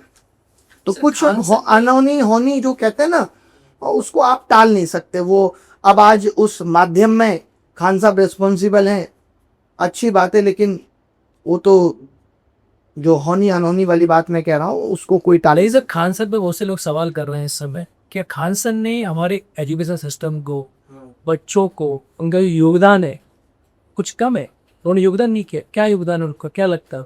नहीं, योगदान है, कैसे नहीं है, योगदान तो है। देखिए अब जिस आदमी, मैं तो कहता हूँ कि कोई योगदान नहीं, मान लेते हैं कोई योगदान नहीं है, लेकिन आप सोचिए कि जिस इंसान को पूरे देश ने प्यार दिया हो, तो आप उस पूरे देश के वैलिडेशन को नहीं ठुकरा सकते। खान साहब खुद कहते रहे मैं बहुत महान हूँ, बहुत महान हूँ। मैं कहता हूँ कि ठीक है, हम नहीं मान रहे वो महान नहीं, लेकिन जहां मिलियंस लोगों ने इस बात को वैलिडेट कर दिया हो, वैलिडेशन का मतलब आप समझ रहे हैं ना, वैलिडेट कर दिया यार ये आदमी बढ़िया काम कर रहा है, तो आप उसको कैसे झुठला देंगे? उसको मैं और आप ये कह दें कि नहीं ऐसे नहीं हो सकता। मैं सर आज तक कोचिंग सेंटर्स ने जो काम किया, पैसा कमाया, तो लोगों ने, लेकिन हॉस्पिटल तो नहीं बनवाए। खान सर के बारे में ये है कि उन्होंने हॉस्पिटल बनवाए, अस्पताल उन्होंने बनवाए। ये इस बात को आप कैसे समझते, क्या लगता है कि उन्होंने जो काम किया है सोसाइटी? आगे देखिए उन्होंने हॉस्पिटल बनवाया है, लेकिन हम सेम चीज आपने वही, मैं फिर से कहूँगा आपको कि कंपेयर नहीं कर सकते कि किसी ने हॉस्पिटल बनवाया है। सब अपना अलग अलग तरीके से योगदान दे रहे हैं, समझ रहे हैं? मैं बताता हूँ, जैसे कुछ टीचर जिनको मैं बहुत खास तरीके से जानता हूँ, वो गौशालाएं चला रहे हैं कई कई। कुछ टीचर्स हैं जो कहीं भी कोई दिक्कत होती है तो वहाँ आगे बढ़ के आके खड़े हो जाते हैं और चेक पे चेक दे देते हैं। तो सब आदमियों का लाभ पहुंचाने का अलग अलग तरीका है, लेकिन टीचर्स लाभ पहुंचा रहे हैं। टीचर सब लाभ पहुंचा रहे हैं। सब जैसे मैं अगर अपनी बात करूं तो मैंने तमाम बच्चों को पढ़ने के लिए मोबाइल्स दिए हैं। मैं तो कहता हूँ इस बात को काट देना, मैंने बहुत बच्चों को मोबाइल, नहीं बहुत बच्चों को। हमारा पॉडकास्ट अनफिल्टर्ड है सर, ऐसे ही जाएगा। तो मैं वही कह रहा हूँ, तो लेकिन क्या है कि ये सब चीजें बताना बड़ा खराब लगता है कि यार हम सुबह से शाम तक बहुत सारे बच्चों को, किसी की भी, यहाँ कोई मुझे कहते बच्चे क्या करण सर क्या मुझे पॉइजन हमारी नहीं है। नहीं, हमारी टीम ने इस पर रिसर्च की है और बहुत सी जगह वेस्टर्न यूपी में कई बच्चों से बात भी की है। कई गाँव के लोगों को आपने फोन दिए, बच्चों को आपने, कुछ बच्चों को लैपटॉप भी दिए, आप कुछ लाइब्रेरीज में पैसा आपने डोनेट किया है, ये सब हमारी टीम ने बता किया। वही बात, तो क्या होता है ना कि सर ये सब चीजें थोड़ा दिखाना अच्छा नहीं लगती। तो वो जो बात है ना कि टीचर्स योगदान तो सब कर रहे हैं, मतलब ऐसा नहीं कह सकते कि किसी टीचर ने पैसा कमाया है तो लोगों के लिए नहीं। कैसा बात, जो भी एक टीचर भी है, आप भी खाली सिंगल टीचर भी, तो भी शायद 7-8 लोग तो आपके साथ काम कर रहे होंगे। और हम लोग ऐसे होते हैं कि सिर्फ सैलरी नहीं देते, सामने वाले को जरूरत पड़ने पे हर तरीके से मदद भी करते हैं, सब कुछ करते हैं। लेकिन सर ये और हम लोग यार, हम और आप तो टीचर हैं बेसिकली, हम कोई किसी कोचिंग के मालिक तो है नहीं, सर यही सवाल हमारा अपना तो कुछ है नहीं। यही सवाल मैं कर रहा हूँ। टीचर्स हैं और टीचर की बातचीत आती है, लेकिन आजकल ना टीचर भी कोचिंग माफिया हो गए। तो कोचिंग माफिया जो वर्ड है वो जो ऑनर के लिए है, नहीं, टीचर के लिए नहीं है। वो टीचर के लिए, ऑनर के लिए। ऑनर के लिए होता, हम लोग तो सैलरी वाले लोग हैं, हमारा क्या अस्तित्व है। सभी टीचर्स को कोचिंग माफिया बना दिया जा रहा है इस तरह। कोचिंग देखिए, उनके ऊपर जिम्मेदारी है तो वो जिम्मेदारी को ठीक तरीके से निभा भी सकते हैं, लेकिन वो क्या करते हैं, वो टॉपर्स खरीदने से लेकर के और फिर इस चीज को जस्टिफाई कर देंगे, हमें तो सबकी सैलरियां भी देनी है, सब कुछ करना है, बड़ा साम्राज्य है, तो टॉपर्स खरीदना, ये दिखाना कि नहीं नहीं हम सारे टॉपर्स हम ही बना रहे हैं, ये जो होड़ लगी है। जबकि मैं कहता हूँ कि ये आप नहीं भी दिखाओगे और सिर्फ अच्छा पढ़ाओगे तो भी बच्चे आपके पास आएंगे अच्छा पढ़ने के सर आप ये मानते हैं कि टॉपर्स खरीदे जाते हैं? हाँ, टॉपर्स खरीदे जा रहे हैं सर, हर कोचिंग का मालिक खरीद रहा है कुछ। आज नहीं खरीद रहा तो उसने कभी ना कभी खरीदा है, सब पे आरोप है टॉपर्स खरीदने के। सर टॉपर्स भी आज के लिए कह रहे हैं कि हमारे लिए मैंने सर चेक नंबर्स दिखा के एक्सपोज किया है इस टॉपर्स वाली बात को, ताकि लोगों में डर बैठे कि भाई हमें नहीं खरीद। नहीं सर, मैं बच्चों से मिल रहा हूँ आजकल, उनके मन में ये विचार रहता है कि लोग उन्हें अप्रोच करते हैं खरीदने के लिए। आपने भी एक इंटरव्यू किया है बीपीएससी रैंक 1 का, तो उसको ऑफर हुआ पैसा या नहीं हुआ, क्या बताया उसने आपको? हुआ होगा। हुआ होगा? अरे नहीं, आप दावे के साथ बताइए, हुआ ही होगा। हाँ हुआ ही होगा, लेकिन वो बहुत अच्छा कैंडिडेट है। उसने बोला कि सर हमें जो है रियलिटी बताती है, बताओ जो सच है वो बता। इससे क्या हो रहा है ना कि टॉपर्स फिर जो आकर के अपनी कहानियां भी सुना रहा है, जिससे हजारों लोग इन्फ्लुएंस हो रहे हैं उस कहानी से, वो झूठी हो जा रही है। हम आज मीडिया पे सवाल कर रहे हैं कि खबरें छपने से पहले बिक जा रही हैं, और यहाँ टॉपर्स की स्टोरी पूरी तरीके से मैनिपुलेटेड है। क्यों? क्योंकि उसने उस कोचिंग से पैसा लिया है। ये हम किस दौर में है सर? तो सर जब हम मुद्दे पे बोलते हैं, जब हम खराब स्वास्थ्य व्यवस्था पे बोलते हैं, जब हम खराब एग्जाम सिस्टम पे बोलते हैं, जब हम खराब एजुकेशन सिस्टम पे बोलते हैं, तो सर आप खराब कोचिंग सिस्टम पे भी तो सवाल उठाना हमारा फर्ज है। उसमें गलत क्या है? सर जब मीट पेपर लीक हुआ, आपने इस पर सवाल लड़े कि बार एग्जाम पेपर लीक होना, क्या लगता है वो सिस्टम की प्रॉब्लम है, हमारे लोगों की आदत हो गई है, कैसे सुधार हो सकता है? हाँ सर, ये क्या है ना कि इतना गलत हम लोग लगातार सहते रहे और आवाज नहीं उठाई कि आज वो सब कुछ न्यू नॉर्मल लगे, कि आज शिक्षा मंत्री के कान पे जूं नहीं रेंगती। कभी आप नहीं देखेंगे कि शिक्षा मंत्री आपको इमोशनल भी दिखेगा, अरे इतने सारे बच्चों का नुकसान हो गया। वो शिक्षा मंत्री सोचिए, इतने आरोप लगने के बाद भी एक होता है कि नैतिक जिम्मेदारी लेकर के अपने पद से इस्तीफा दे देना, वो भी इस सरकार में नहीं हो रहा। तो रिजाइन सर क्या होगा? अगर रिजाइन दे देते तो उससे क्या इम्पैक्ट पड़ेगा? बस इससे यही इम्पैक्ट पड़ेगा कि जो अगला शिक्षा मंत्री आएगा उसके ऊपर भी ये नैतिक जिम्मेदारी और बड़ी हो जाएगी कि अगर फिर से कोई पेपर लीक हुआ तो मुझे भी हटना पड़ेगा। लेकिन सर एक सवाल ये है कि जब ये मैटर उठा, आपने उस मुद्दे को उठाया, लेकिन लोगों ने क्या किया, कॉकरोच पार्टी बनाई, इसे कैश करने की कोशिश करी, और ये आया कि एक पॉलिटिकल पार्टी को दूसरी पॉलिटिकल पार्टी से रिप्लेस कर। तो क्या ये मैटर पॉलिटिकल पार्टी रिप्लेसमेंट का है, गवर्नमेंट रिप्लेसमेंट का है, या सिस्टम में रिफॉर्म करने का है? एक व्यक्ति को बदलने से सिस्टम बदल जाता है? सर लेकिन शुरुआत तो एक व्यक्ति को बदलने से ही होगी ना। जिस सरकार में रक्षा मंत्री राजनाथ सिंह ये बयान दे चुके हों कि इस सरकार में इस्तीफे नहीं होते, तो उस व्यवस्था में सुधार का पहला कदम तो यही है ना कि किसी का इस्तीफा हो। तो मुझे लगता है कि कॉकरोच जनता पार्टी को अभी या इस स्तर पे हम और आप बैठ के इवेलुएट कर दें कि ऐसा है, मैं इसको न्याय नहीं मानता। थोड़ा वक्त और देना चाहिए कि वो किस तरीके से आवाज़ बन गई है। जैसा कि मैं 2-4 दिन पहले भी उनका बयान सुन रहा था कि हम सिर्फ लोगों की आवाज़ बनेंगे, हम चुनाव नहीं लड़ रहे हैं, हम ऐसा नहीं कर रहे, हम वैसा नहीं कर रहे। तो अगर उस दौर में कोई लोग निकल के आ रहे हैं जो इस कड़ी दोपहरी में भी डेरा डाल के मुद्दों की बात कर रहे हैं या मुद्दों के सवाल उठा रहे हैं, यही कह रहे हैं कि शिक्षा मंत्री का इस्तीफा हो, तो मुझे लगता है कि इसको हमें मतलब अप्रिशिएट करना चाहिए। सर लेकिन एक इशू होता है, पॉलिटिकल पार्टी होती है, प्रेशर ग्रुप होता है। आप अगर सरकार को दबाव देना चाहते हैं तो प्रेशर ग्रुप बनाओ। पॉलिटिकल पार्टी बनाना अलग आइडियोलॉजी है। लेकिन एक पॉलिटिकल पार्टी नहीं, नाम तो जनता पार्टी है। हाँ, जनता पार्टी नाम रख देने से और पॉलिटिकल पार्टी होने से अंतर है सर, ऐसा नहीं। उन्होंने बोला है कि हमने कोई रजिस्टर्ड नहीं किया है, हमने बस एक आवाज बनी है। सर देखिए, अभी ये सोशल मीडिया जनता पार्टी प्रेशर, हम और आप अगर इस चीज को पिछले 10 साल पहली चीजों से तोलेंगे, हम चाहे कॉकरोच जनता पार्टी को इसलिए भी एक्सेप्ट नहीं कर पा रहे क्योंकि हमारे टाइम पे ऐसा नहीं होता था। आज से 10 साल पहले ऐसा नहीं होता था। ये कुछ न्यू चीज हुई है कि एक आवाज बन के उभरी है, तो हमें लग रहा है ये कैसा तरीका है, ये कैसा तरीका है आवाज उठाने का, इसलिए हमें थोड़ा ऑकवर्ड लग रहा है। बट मुझे लगता है कि ये नई जनरेशन है, इसका आवाज उठाने का तरीका अपना अलग हो सकता है। तो हर एक चीज का स्वागत होना चाहिए। सर जोमेटो का स्वागत कर रहे हैं हम स्विगी का कर रहे हैं, हमें ब्लिंकिट से 10 मिनट में सामान मंगवाना है तो हम उस चीज को अप्रिशिएट कर रहे हैं। लेकिन उसी दौर में एक आवाज ऐसी बनती है 22-23 मिलियन लोगों की, हमें वो ऑकवर्ड लग रही है, तो ये थोड़ा सा गलत हो। समझना चाहिए उसको, समय देना चाहिए। बिल्कुल समय दे सर आप बार बार सवाल सिस्टम में खड़ी कर देते हो, सिस्टम में आप सवाल बुलाते हो, सिस्टम में प्रॉब्लम्स है। सर कोचिंग सेंटर्स के इंफ्रास्ट्रक्चर को लेकर बड़े सवाल गवर्नमेंट पूछ गई। लखनऊ में आग लग गई, कहीं के पर पानी आधा बेसमेंट में बच्चों की मौत हो जाती है। तो कोचिंग सेंटर्स के इंफ्रास्ट्रक्चर पर सवाल कौन पूछे? सर मैं मतलब मुझे हंसी आ रही है, आप कह रहे हैं कि कोचिंग के इंफ्रास्ट्रक्चर। आपको पता है इस देश का एक इंफ्रास्ट्रक्चर बताइए। अभी थोड़े दिन पहले मानवीय नगर में एक होटल में आग लग गई। आप कभी नेहरू विहार गए हैं? आप नेहरू विहार और गांधी विहार पर रहा हूँ। नेहरू विहार और गांधी विहार की स्थिति देखिए, कब वहां आग लग जाएगी और कोई फायर एग्जिट नहीं है, कुछ नहीं है, कुछ नहीं है ना। और कितने तार हैं कि अगर आप भागेंगे भी तो भी नहीं बच पाएंगे वहां से, तो भागने का भी रास्ता नहीं है, इतने पतली रास्ते हैं। तो मैं ये कह रहा हूं कि इंफ्रास्ट्रक्चर या इस सिस्टम को सुधारने की कोशिश की कहां जा रही है। 2047 में विकसित भारत का सपने देखने वाला भारत अपने देश की राजधानी दिल्ली को नहीं ठीक कर पा रहा है। दिल्ली में आज भी मालवीय नगर जैसे हजारों होटल हैं जिनमें कभी भी आग लग सकती है, और हजारों ऐसे गोदाम हैं या दुकानें हैं जो बेसमेंट में चल रही हैं और कोई फायर एग्जिट नहीं है। बस आवाज इसलिए कोचिंग पे ज्यादा उठ जा रही है क्योंकि कोचिंग में बच्चा पास पास बैठता है, वहां पे हानि होने का चांसेस, नुकसान होने का या क्षति की मात्रा ज्यादा है। तो सेंटर्स, अभी आपने देखा एसएससी के एग्जाम में सेंटर्स की क्या हालत थी तबेले में। सेंटर्स के इंफ्रास्ट्रक्चर की स्थिति यह है। आपको पता है राजस्थान में स्कूल की छत गिर गई थी। सरकारी स्कूलों की हालत क्या है, उस इंफ्रास्ट्रक्चर के बारे में बात करें तो कौन सा इंफ्रास्ट्रक्चर सही है? हॉस्पिटल का इंफ्रास्ट्रक्चर आप देखिए कि क्या हालत है, पता ही नहीं। एचआईवी वाला बेड चला दिया गया एमपी में।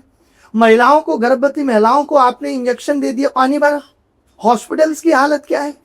सर एम्स की इंफ्रास्ट्रक्चर की हालत यह है कि सुबह से शाम तक, सुबह 3 बजे से लोग लाइन में लगते हैं, बाहर खड़े रहते हैं, वहां वेटिंग रूम तक नहीं है लोगों के लिए। तो किस इंफ्रास्ट्रक्चर की हम बात करें इस देश में? आप विकसित भारत की बात कर रहे हैं। मैंने चैलेंज किया था पहले भी कई पॉडकास्ट में कि आपके मैं भी कर रहा हूं कि आप दिल्ली को विकसित बना के दिखाइए। आप दिल्ली छोड़िए, दिल्ली के कमला नगर को विकसित बना के दिखा दीजिए। आप वहां दिखा दीजिए कितना साफ स्वच्छ, सारे तार आपने हटा दिए। इतनी बुरी स्थिति है, आप कमला नगर में जाके, दिल्ली के कौश एरिया में जाके देखिए, तार ही तार लटके हुए।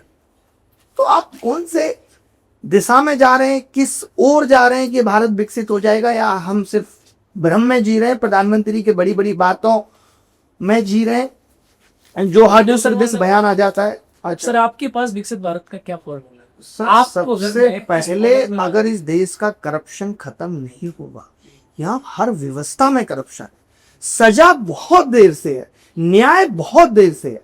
इस देश की अगर 4 व्यवस्थाएं बदल जाती हैं sir, education system, basic education system, exam system जो कि उससे रिलेटेड है, हेल्थ सिस्टम पे फोकस करती है सरकार, और चौथा है न्याय व्यवस्था पे अगर फोकस कर लिया जाए कि लोगों को न्याय टाइम से मिलता रहे, तो ये देश तब जाके आप कह सकते हैं कि अब विकसित भारत की राह पे है। अभी तो ये देश विकसित भारत की राह पे ही नहीं है। अभी तो आप ऐसे सोचिए आपको चंडीगढ़ जाना है और हम आगरा वाले रास्ते पे। अभी तो इस देश को यू टर्न लेना है। अभी इस देश को करप्शन, आप बताइए यार, अभी भी आपके पास फोन आ जाते होंगे, करण भाई कोई जुगाड़ है क्या यार, एक दरोगा है अपना यार, उसको उस थाने में पोस्टिंग करानी है, क्या खर्चा लग जाएगा। अभी भी आप लोगों को कहते हुए पाते होंगे अरे पैसा ऊपर तक जाता है थाने से। ये सब आज डिजिटल इंडिया के दौर में सुन रहे हैं, पैसा ऊपर तक जा रहा है। आप सब इंस्पेक्टर हैं या इंस्पेक्टर है, आप एक थाने में पोस्टिंग पैसा दे के ले रहे हैं, ये इसलिए कि उस थाने की कमाई ज्यादा है का मतलब उसमें क्राइम ज्यादा है, तो आप क्राइम कम करने का सोचेंगे या बढ़ाने का सोचेंगे? बताइए। पुलिस के सिपाही ने सवाल उठाए थे थोड़े से पहले भी, पुलिस के सिपाही थे, बहुत मुद्दा गर्म हुआ था ये। उसने कहा था कि मेरे डिपार्टमेंट में जो हो रहा है, यूजी पत्र भी लिखा था उसने, बताओ, बड़ा मुद्दा था। तो यार एक बात बताइए, योगी जी हो, मोदी जी हो, या जितने भी और सीएम हैं, क्या ये लोग उस व्यवस्था से निकल के यहाँ नहीं पहुंचे? ये तो सब कहते हैं कि मैं बहुत गरीब था, ये भी उस व्यवस्था का हिस्सा रहे होंगे, तब भी उस व्यवस्था को नहीं सुधार पा रहे, का मतलब है कि इनकी मंशा नहीं है उस व्यवस्था को सुधारने की। तो इसलिए सरकार की मंशा पे सवाल है, सरकार के इंटेंट पे सवाल है।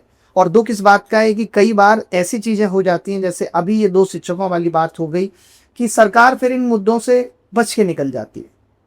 उसको लगता है रिलैक्स, ध्यान भटक चुका है। सर एक सवाल उठाना एक अलग पॉइंट ऑफ व्यू होता है, और उनका सॉल्यूशन देने का अलग पॉइंट ऑफ व्यू है। लोग ये मानते हैं कि किसी पर सवाल उठा देना एक आसान पॉइंट है और उसका रिप्लाई देना, उसका सॉल्यूशन देना बड़ी बात है। अगर आप भारत के शिक्षा मंत्री हो, आप इस देश में क्या सुधार करेंगे? सर मैं पहले तो ये फास्ट ट्रैक सजा पे काम करूंगा कि पिछले जितने भी 70-80 पेपर लीक हुए हैं उनकी एक बहुत ही टाइम बाउंड जांच होनी चाहिए और जितने भी लोग हैं उन सबको सजा मिलनी चाहिए। वो एक डर पैदा हो जाना चाहिए उनकी पूरी न्याय के प्रोसेस को। मैं चाहूंगा कि देश का कोई भी नागरिक ट्रैक कर सकता है कि ये जांच यहां तक पहुंची है। जब तक उस सजा में ट्रांसपेरेंसी नहीं आएगी लोगों के अंदर डर व्याप्त नहीं होगा, पहली चीज। दूसरी चीज, जो ये एक देश एक चुनाव की बात कर रहे हैं तो मैं एक देश एक एग्जाम की बात करूंगा। मैं एजुकेशन सिस्टम में जो ये इनोवेशन और एआई स्किल चाइना जापान से सीख करके भारत की एजुकेशन सिस्टम में डालने की कोशिश करूंगा। जितना भी हो सकता है ऐसे लोगों की टीम बनाऊंगा जहां पे मैं ये कहूंगा कि आज से सारी जिम्मेदारी मेरी है। मैं नहीं कहूंगा कि मैं प्रधानमंत्री जी के नेतृत्व में शिक्षा व्यवस्था को आगे ले जाऊंगा। मैं ताल ठोक के बोलूंगा कि मैं खुद के नेतृत्व में शिक्षा व्यवस्था की जिम्मेदारी लेता हूं। अगर 6 महीने में मैं टारगेट खुद भी लूंगा और दुनिया को भी दिखाऊंगा कि ये 6 महीने के मेरे टारगेट हैं। अभी क्या है कि ये पेपर लीक जो उद्योग है इस लेवल पे पहुंच गया है कि नीचे से लेकर के ऊपर तक पैसा पहुंच रहा है। इसीलिए ये लोग इस सिस्टम को सुधारना नहीं चाहते, क्योंकि इनके बच्चे इस सिस्टम का हिस्सा भी नहीं है। इनके बच्चे विदेश में सेट है, यहाँ तक कि इनके कितनों के बच्चों के पास तो भारत की नागरिकता भी नहीं रही, अब दूसरे देश की नागरिकता ले ली। तो जब तक मैं ये कुछ रूल ऐसे भी बनाना चाहता हूं कि देश की कैबिनेट में बैठे जितने भी लोग हैं उनके बच्चों को कंपलसरी होगा भारत के अंदर पढ़ना, भारत के उन सरकारी स्कूलों में पढ़ना। चाइना में रूल है ये, चाइना में है और भी कई सारे देशों में आ रहा है। तो हम क्या बदल रहे हैं यार? हमने तो कड़े कानून बना दिए, कहीं ठंडे बस्ते में पड़े हैं, सजा किसी को नहीं मिल रही। तो ऐसे भारत नहीं बदलेगा। अभी के जो हालात हैं, अभी के जो सिनारियो में चीजें दिख रही हैं, उस हिसाब से ना भारत विकसित होगा ना ही बदलेगा। सर शिक्षा मंत्री के रूप में आपने पहला जवाब दिया क्या फास्ट ट्रैक कोर्ट बनाएगी। सर सेकंड मेरा सवाल ये कि वैकेंसीज नहीं आ रही, बच्चे पढ़ रहे हैं। हमारे देश में हजारों बच्चे सरकारी नौकरी की तैयारी करते हैं पर वैकेंसीज नहीं है, तो आप इस पे क्या करें? मैंने एक तो फास्ट ट्रैक कोर्ट थी, मैंने बोला कि फास्ट ट्रैक पनिशमेंट पे मैं काम करूंगा। फास्ट ट्रैक पनिशमेंट फोटो होगा। दूसरा, आपने कोचिंग व्यवस्था में पूछा तो मैं कोचिंग व्यवस्था में कुछ स्ट्रिक्ट रेगुलेशन पे काम करूंगा ताकि विद्यार्थियों का शोषण ना हो। और मेरा अगले 10 साल का ये टारगेट होगा कि मैं अपनी एजुकेशन सिस्टम को, अगले 5 साल का वो टारगेट होगा कि मैं अपने एजुकेशन सिस्टम को इतना स्ट्रांग बना सकूं कि कम से कम बच्चों को कोचिंग का सहारा लेना पड़े। तो इस चीज़ पे मैं काम करूँगा। और मैं एजुकेशन के अंदर सर, आज हम इतनी सारी चीज़ें देख रहे हैं, मैं मोरल एजुकेशन पे भी फोकस करूँगा। मुझे भारत को विकसित बनाना है तो मैं एजुकेशन में सिविक सेंस भी डालूंगा, एआई और इनोवेशन के अलावा।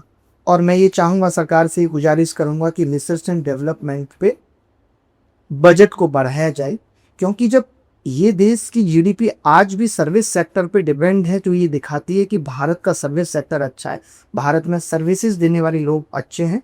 तो मैं ये चाहूँगा कि इस देश की मैक्सिमम सर्विसेज इस देश को आगे बढ़ाने में हो, ये मेरा कोर फोकस रहेगा। और आपने वैकेंसी की बात की तो जैसे न्यू एजुकेशन पॉलिसी जो थी, न्यू एजुकेशन पॉलिसी बहुत सही चीज़ें उसमें थी जहाँ से बच्चे अपने कैरियर को दिशा देने में खुद डिसीजन मेकर होंगे। आज की तरह नहीं होगा कि हर बच्चा बस बीए करके निकल रहा है सरकारी नौकरी की तैयारी करने, उसके पास ज़्यादा अपॉर्चुनिटी होंगी, ये काम होगा। और बाकी वैकेंसी निकाल रही है, डीओपीटी के अंतर्गत आता है।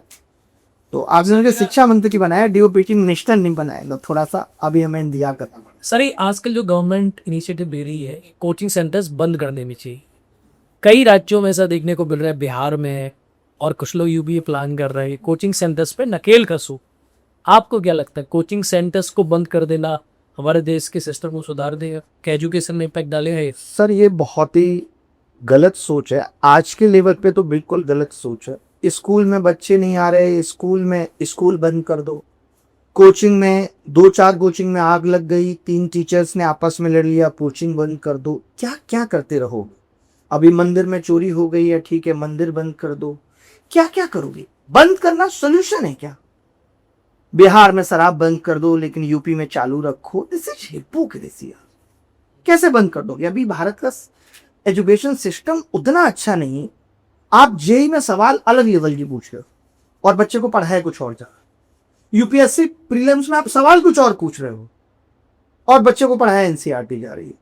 तो ये जो शिक्षा और एग्जाम सिस्टम और एजुकेशन सिस्टम के बीच में इतना बड़ा गैप है, उसको कौन फिल कर रहा है? कोचिंग ही फिल कर रही। कोचिंग गलत कर रही है तो आप रेगुलेशन एक्ट लाओ। ये कौन सी बात हुई कि बस बंद करो, कुछ भी दिक्कत। अब मीडिया आज अच्छा काम नहीं कर रही, बंद कर दो मीडिया को। हर चीज बंद करने से थोड़ी हो जाएगा। अब शिक्षा व्यवस्था काम नहीं कर रही, आए दिन पेपर लीक हो रहे, नीट का एग्जाम कराना बंद करो, हटाओ। बंद कराना इज नॉट द सॉल्यूशन। वो नहीं होता कि सिस्टम में कुछ भी दिक्कत हो गई, कोई काम नहीं करा, फॉर्मेट कर दो, चाहे उसमें नुकसान कितना बड़ा भी हो जाए। ये थोड़ी चले। अगर कोई प्रॉब्लम है या कोई दिक्कतें आई हैं तो उन प्रॉब्लम्स को फाइंड किया है और उसके हिसाब से सोल्यूशन किया जाए। आप ये इतना बड़ा स्टेटमेंट की कोचिंग खराब है तो कोचिंग बंद कर दो। सर आप आगे टीचर रहेंगे या पॉलिटिक्स में जाएंगे? लोग ये भी सवाल है कि अभिनय सर जो पॉलिटिक्स की तरफ जा रहे हैं, जब टीचर रहना चाह रहे हैं। सर देखिए, मैं अभी तक तो मेरे खुद के अपने भी हित हैं, कुछ कुछ जो मुझे पूरे करने हैं। माँ बाप के प्रति जिम्मेदारी है, बच्चों के प्रति जिम्मेदारी है। और मैं ये मानता हूँ कि राजनीति में उसी आदमी को जाना चाहिए जिसका अपना कोई हित ना बचा। आज हमारे देश की राजनीति हो या फिर शिक्षा व्यवस्था, जिन भी चीज़ों पे सवाल उठ रहे हैं वो सब इसलिए खराब है क्योंकि यहाँ पे पर्सनल हित इतना बड़ा हो गया है कि लोग जो चुनाव में तो ये वादा करके जाते हैं हम जनहित के लिए काम करेंगे, बट उस जनहित में अब जनता का हित बचा लें। आप देखिए ना कि कितने पार्टी के लोग जनता के भरोसे के साथ विश्वासघात कर रहे हैं कि किसी विचारधारा पे वोट लिया और उसके बाद दूसरी पार्टी में जाके मिल गए। तो मैं जब भी राजनीति में जाऊं तो मैं ये चाहता हूं कि मैं एक तो उस विचारधारा पे ना जाऊं जो आजकल की विचारधारा है या आज की राजनीति की जो विचारधारा है कि आज सिर्फ आपको अपना भला करना है। जैसे मैंने बताया, मोहन यादव जी अपनी पत्नी बच्चों के नाम जमीनें खरीद रहे, इसलिए आपको सीएम बनाया था।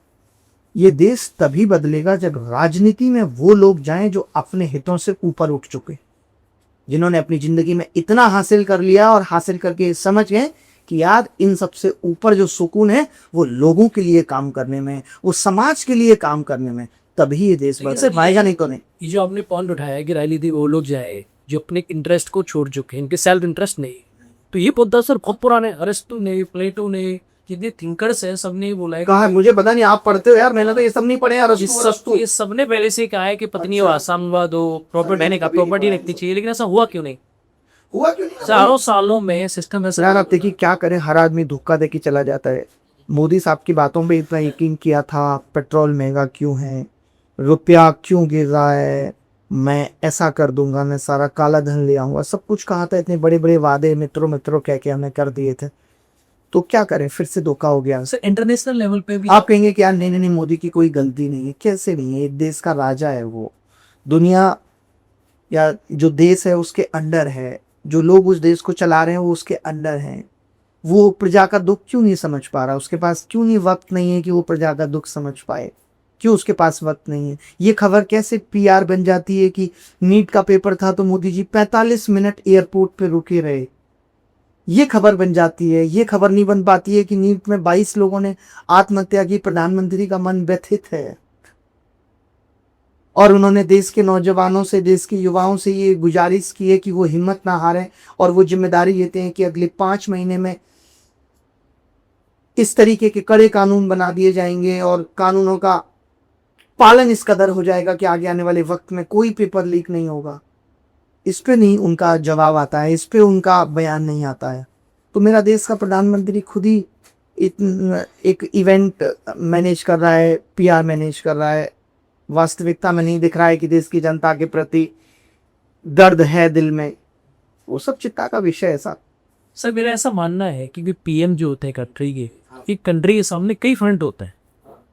कंट्री का इंटरनल मैटर अलग होता है, इंटरनेशनल फ्रंट्स अलग होते हैं। हमारी कंट्री में इस समय इंटरनल चीज़ें भी चल रही है, इंटरनेशनल फ्रंट्स भी चल रहे हैं। यूएस का हो गया, ईरान का देखो, उसी दुनिया में चल रही है।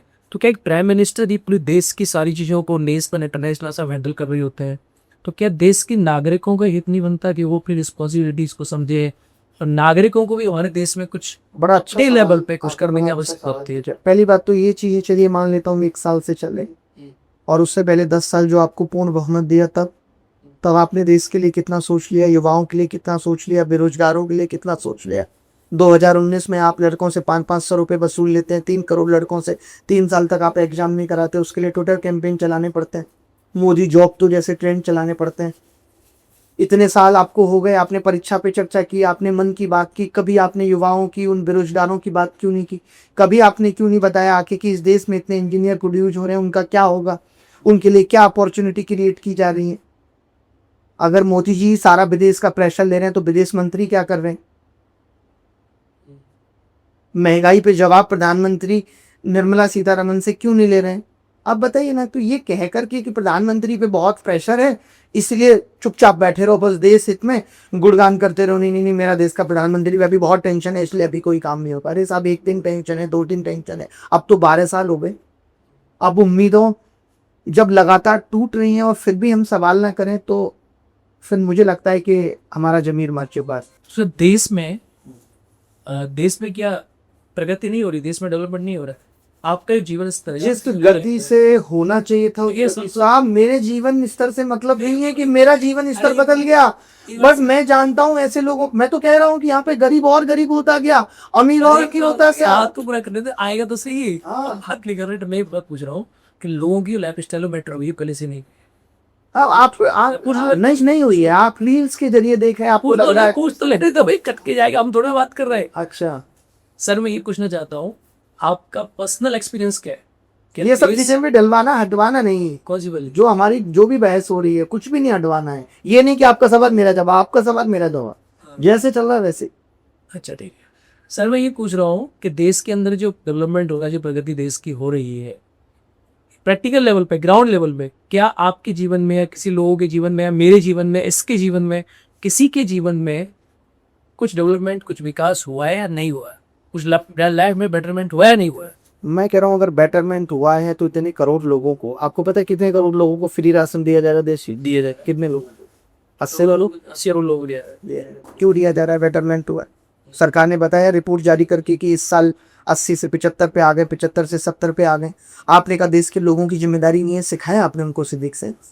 आप कहते हैं कि लोग रोड पे कूड़ा फेंक देते हैं, क्या आपको हर 10 कदम पे एक डस्टबिन दिखता है जिसमें फेंके? नहीं।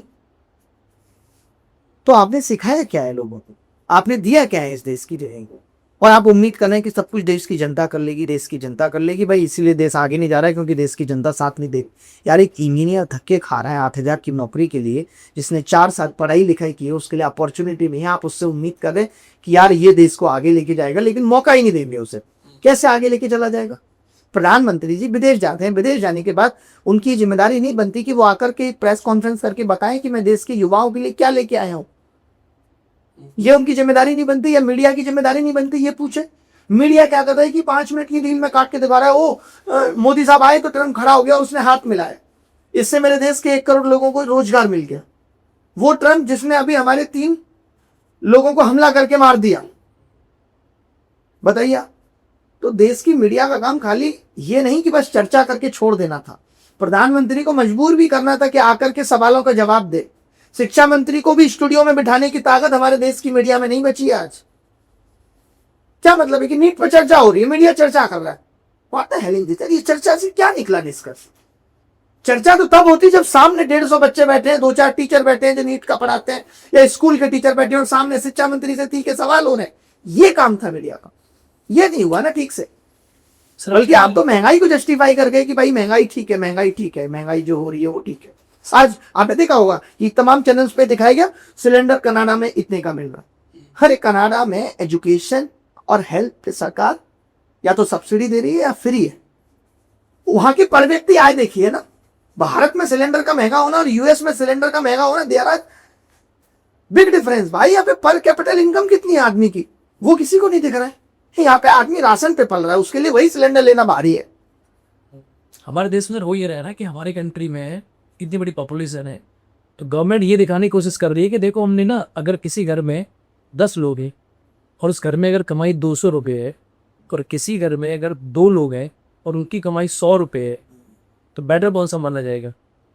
सिर्फ 2 लोग हैं, इनकी कमाई 100 रुपये। हमारी कंट्री जनसंख्या बहुत ज़्यादा है और गवर्नमेंट ये दिखा रही है कि हमारी इकोनॉमी बहुत बड़ी होगी। बहुत बड़ी जीडीपी को आप ऐसे दिखा रहे हो जैसे देश की सारी समस्याएं खत्म हो गई हैं। हेल्थ की स्थिति कितनी खराब, एजुकेशन सिस्टम कितना खराब, तो जीडीपी से देश का आकलन नहीं होगा कि हम चौथे नंबर की अर्थव्यवस्था बन गए, खूब ढिंडोरा पीटा गया, फिर छठे पे आ गए तो पता भी नहीं चला तमाम लोगों को। तो सारी चीजें ओवरऑल जीडीपी से। अरे यार आप एक बात बताओ, इस देश की जनता और गरीब हो जाए, अडानी अंबानी और अमीर हो जाए, और अमीर होते चले जाए, तो जीडीपी तो बढ़ी जाएगी। लेकिन क्या ये डेवलपमेंट है? क्या ये गांधी साहब की वो थ्योरी है जहां पे कहा गया था कि डेवलपमेंट तभी माना जाएगा जब ग्रोथ इक्वली डिस्ट्रीब्यूटेड हो? इसी को न्याय के, इसी को न्याय कहते हैं, इसी को आर्थिक न्याय के। आर्थिक न्याय। वही आर्थिक मेरे को देखो न्याय। ज्यादा नॉलेज की, मैं आज आपको आपके पॉडकास्ट के माध्यम से बताना चाहता हूं, मैंने कोई दार्शनिक की किताब नहीं पढ़ी, मेरी सब कुछ अपने दिमाग की बात है जो मैं बोलता हूँ, इसीलिए कभी ऊपर नीचे हो जाए तो जनता मुझे माफ करे, बट मेरा अपना दर्द है। मैंने कोई किताब नहीं पढ़ी। मैं हाँ, अगर अपने इस काम में सफल हो पाया, देश के लिए और बेहतर कर पाया और नेशन को सच में अपनी आंखों के सामने डेवलप देख पाया, तो मैं जरूर एक किताब लिखूंगा कि how to build a nation. मैं ये किताब जरूर लिखना चाहता हूँ ताकि नेशन के, हाँ, नेशन के ऊपर। बाकी मैंने जो बड़ा कॉन्सेप्ट है, जो नेशन वर्ड आपने यूज किया है, नेशन अपने आप में, क्योंकि नेशन के कॉन्सेप्ट में बहुत कुछ हुआ है दुनिया, राष्ट्र एक बड़ी तो मैं तो आज भी आपके सामने ये बात कह रहा हूँ कि मैं इस देश को बदलूंगा। मैं आज भी ये कह रहा हूँ मैं इस देश की राजनीति को बदलूंगा। मैं ऐसे ही नहीं जाने वाला हूँ। मुझे भरोसा है और मैं बदल पाऊंगा। जब आपका दिल सच्चा हो, आप जो सोचते हो वो आप कर पाओगे। लेकिन आज मैं देखता हूं कि ऐसे घोर निराशावादी लोग आ गए कि आते हैं, देश बदल ले, चुनाव लड़ते हैं, हार जाते हैं, फिर कहते हैं कि नहीं नहीं नहीं यार बेकार है, सब बेकार है। ऐसे भी लोग हैं इस दुनिया में, और बिना तैयारी के। भारत को आप एक देश के रूप में और एक राष्ट्र के रूप कैसे देखते हो दोनों? मतलब राष्ट्र के रूप में और देश के रूप, India as a country, India as a nation. मैं तो अब मुझे तो नेशन वाले सब में ज्यादा वो फील आता है और वो महसूस होता है। नेशन ही एक्चुअली हमारे जो संविधान निर्माता थे, जो हमारे जिन लोगों ने हमारे लिए अपनी जान भी कुर्बानी थी, इंडिया को एज ए कंट्री ना कि नेशन के रूप में देना सकती। देश हमारा ऐसा नेशन बने जहाँ लोगों के बीच में सद्भाव हो। वही वो चीज आज बदल गई है। मुझे लगता है कि इसमें वक्त लगेगा। लोगों के मनों में बड़ी नफरत हो गई है एक दूसरे के प्रति, एक दूसरे के समुदाय के प्रति। वो सब जो धर्म के नाम पे राजनीति की गई सत्ता को हासिल करने के लिए, वो हमारे देश का दुर्भाग्य रहा। सर मीडिया का वैसे बड़ा रोल है। आपको ये किसने बताया कि मेलोडी मीठी होगी? हाँ, मतलब ये मीडिया से ही पता चला। मुझे तो पता नहीं था, क्योंकि मैंने बचपन में भी कभी टॉफियाँ नहीं खाई, पैसे के अभाव में चॉकलेट नहीं खाई। फिर बड़े होके आपका टेस्ट डेवलप नहीं होता तो मुझे कड़वी भी लगती है, तो नहीं अच्छी लगती। बट सोचिए मीडिया इन चीज़ों पे, ठीक है, अगर आप बहुत अच्छी न्यूज़ दिखा रहे होते, आप सच में देश को आगे ले जाने में मदद कर रहे होते, जैसे कि अब मैं गरीब पढ़ाता हूँ, बीच में एंटरटेनमेंट डाल दिया तो मैं जस्टिफाई कर पाता हूँ। लेकिन आपके तो एंटरटेनमेंट के बीच में न्यूज़ कहीं दिख ही नहीं रही है हफ्ते हफ्ते बाद। दुख इस बात का है। और लोग कहते हैं मीडिया मुद्दे नहीं उठा रहे। अरे मीडिया का काम सिर्फ मुद्दे उठाना नहीं है, मीडिया का काम मुद्दों को उठा करके सरकार से सवाल पूछना भी है, और ये पूछना है कि इसमें सुधार कब तक हो जाएगा। ये भी मीडिया का काम है कि नहीं, आप बताइए।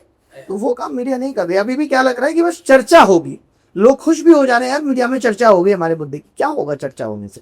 अगर हल नहीं निकला तो चर्चा का क्या मकसद? तो आजकल जो भी मुद्दे उठाए जा रहे हैं, वो एक डायलॉग हम लोग जब कॉलेज में थे तो सुना करते थे। नेता था यूनिवर्सिटी का, वो कहा करता था कि मुद्दा चाहे जो भी हो, मकसद है चर्चा में आना। तो बस क्या है कि अब बस चर्चा आ जाए, 2-4 दिन चले, फिर कोई नई चर्चा आ जाए। जो 2-4 दिन पहले की चर्चा थी उसका हल हुआ है नहीं हुआ, उससे कोई मतलब नहीं। और कुछ लोग केवल मुद्दों में रहना चाहते हैं, चर्चा में रहना चाहते हैं। चर्चा में रहना, वही तो चर्चा में रहने से आपको, मैं आंदोलन इस देश में हो रहे हैं आज जो सिर्फ चर्चा में रहने के लिए हो रहे हैं। आज देश की सरकारें समझ रही है कि लोग रील बनाने के लिए आंदोलन कर रहे हैं, देश की पुलिस समझ रही है अच्छा रील बनाने के लिए आंदोलन हो रहा है। आप बताइए कि कितने लोग तब जाके स्टेज पे आते हैं, आंदोलन बड़ा हो गया तो स्टेज पे आए, नहीं तो नहीं आएंगे। और आंदोलन से कुछ नहीं निकले। हमारा वाला आंदोलन हुआ, वहां पे भी कई लोगों ने कहा कि मेरे पास इन कंपनियों के खिलाफ बड़े प्रूफ हैं। हमने कहा, हम गए सुप्रीम कोर्ट, हमारी PIL लगी, हमने कहा भैया प्रूफ दो, मानते रह गए। जो हमारे पास का हमने दिया, उसके बाद सुप्रीम कोर्ट से कह के भी डिसमिस हो गई कि ये तो असेंबली में उठाने लायक मुद्दा है, इतना बड़ा मुद्दा है, इसको असेंबली में उठाइए। और वहां जो न्याय की उम्मीद थी वो नहीं मिल पाया। तो मुझे लगता है लेकिन हर चीज का दौर होता है, जो आपने अभी कहा कि ये दौर है इस वक्त की, अभी सिर्फ चर्चाएं हो रही हैं। अब जो दौर होगा उसमें एक्सेल सोल्यूशन पे काम होगा। एक्सेल बिल्कुल, मुझे लगता है ऐसा।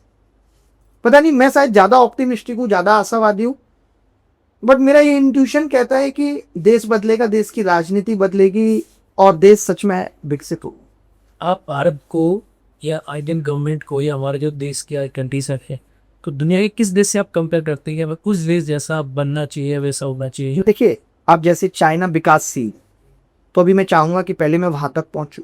अब मैं देखूंगा चाइना ने विकासशील होने के लिए क्या किया। चाइना ने रिसर्च एंड डेवलपमेंट पे इतना खर्चा किया कि आज रेयर अर्थ मिनरल में चाइना की हिस्सेदारी ऑलमोस्ट, मतलब आप समझिए प्रोडक्शन में 90% है। आज ट्रम्प को भी उसके पास इसीलिए जाना पड़ा। और रेयर अर्थ मिनरल मोबाइलों में भी लगते हैं, लैपटॉप्स में भी लगते हैं, हर जगह काम आते हैं। जबकि भारत में भी खूब रेयर अर्थ मिनरल थे, लेकिन भारत उन्हें रिफाइन नहीं कर पाए। आज भारत भी चाइना पे ही डिपेंड है। मैक्सिमम चीज़ों के लिए भारत चाइना पे डिपेंड है। इतना बड़ा गैप है भारत का चाइना के साथ एक्सपोर्ट और इम्पोर्ट का, बहुत बड़ा गैप।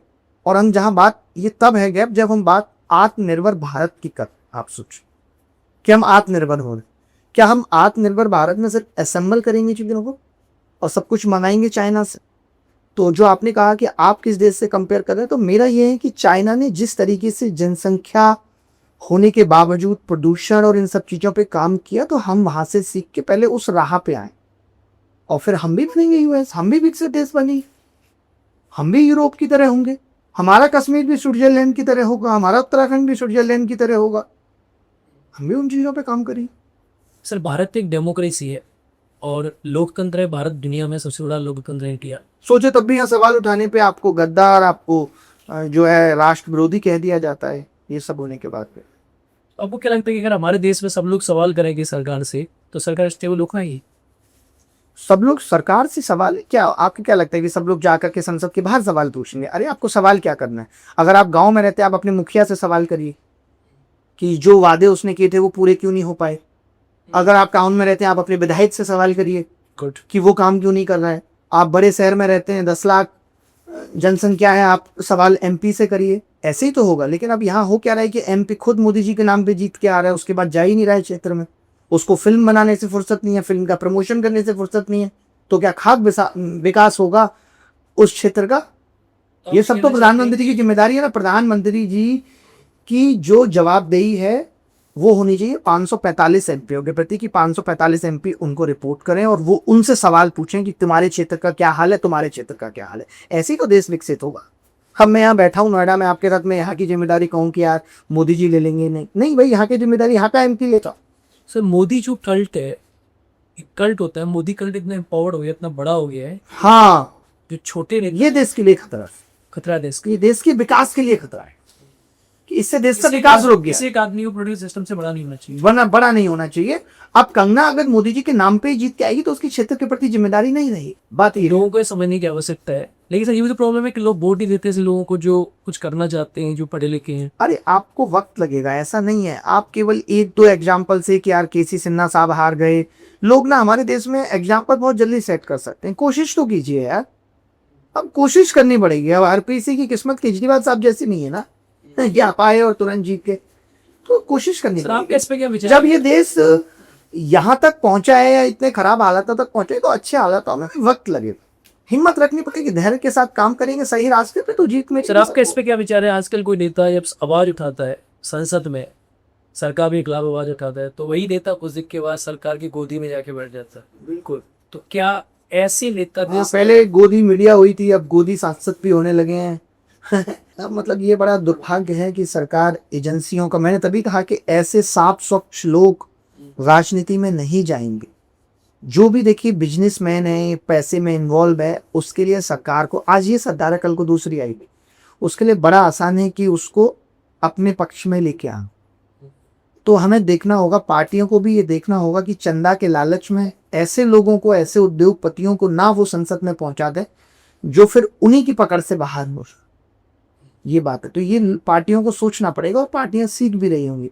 अब आगे आने वाले वक्त में आपके जैसे लोगों को भी टिकट मिलना आसान होगा, क्योंकि लोग समझ चुके हैं कि अब आप बताइए ना, एक नेता को आपने टिकट ही दिया है 10 करोड़ लेकर, अब आप उसको एक तो कमाने से नहीं रोक पाएंगे, वो तो कहेगा कि कमाएंगे, दूसरा उसको बेहतर अपॉर्चुनिटी मिलेगी दूसरी पार्टी में तो वह वहां निकल लेगा। अगर आपकी सरकार नहीं आई तो सरकारों पार्टियों को सोच समझ के टिकट वितरण करना। सर एक और मुद्दा ये है कि आजकल जब टिकट दी जाती है पॉलिटिकल सिस्टम में, हम ये पढ़ते हैं पॉलिटिकल साइंस में, जैसे आपने टिकट दी कोई एक क्षेत्र है और 4 पार्टी ने टिकट दी, एक टिकट दी किसी ऐसे व्यक्ति को जो बहुत बड़ा बाहुबली है, एक बहुत बड़ा पैसे वाला, एक बहुत बड़ा अच्छा टीचर है, वो तीसरे वाला जो है समाज कार्य करता है, एक उस सीट पर लोगों ने बाहुबली को जिता दिया। तो पॉलिटिकल पार्टीज के बीच में ये विचारधारा बन जाती है, सबका परसेप्शन क्रिएट हो जाता है कि अब हमें ऐसे लोग को टिकट देनी है जो बाहुबली टिकट देती है। तो जनता इसके रिस्पॉन्सिबल नहीं है। जनता भी रेस्पॉन्सिबल है। एक्चुअली क्या होता है ना कि हमारे देश में जो लोग हैं वो साक्षर बहुत कम है। जनता वो इस बात में आ जाती है कि यार मेरे पिताजी शिक्षित थे, साक्षर है, शिक्षित कम है, शिक्षित कम है, साक्षर मेरे है। पिताजी गुजरे थे तो एक डॉन या बदमाश के लीजिए आया था 25,000 रुपये देगा था और उस 25,000 के लालच में मैं अपना वोट इन्हीं को दूंगा, अब चाहे ये गलत करें या सही पर। तो ये जो शॉर्ट टर्म प्रॉफिट में हम अपने वोट की कुर्बानी दे रहे हैं उससे देश का विकास नहीं हो पा रहा। ये बड़ी चीज है। तो अब ये जब लोग शिक्षित हों, लोगों की समझ डेवलप हो तो वो समझ पाए इस चीज को कि हमें पढ़े लिखे लोगों को सपोर्ट करना। एक्चुअली कहना है कि एक सिस्टम रुक गया है, इस चीज को क्रैक होना पड़े। आप देखो ना कि पहले लोग जेल से जीत जाते थे, आज उतने नहीं जीत पा रहे। आज ये रेशियो कम हुआ है कि आप जेल से नहीं जीत पाई।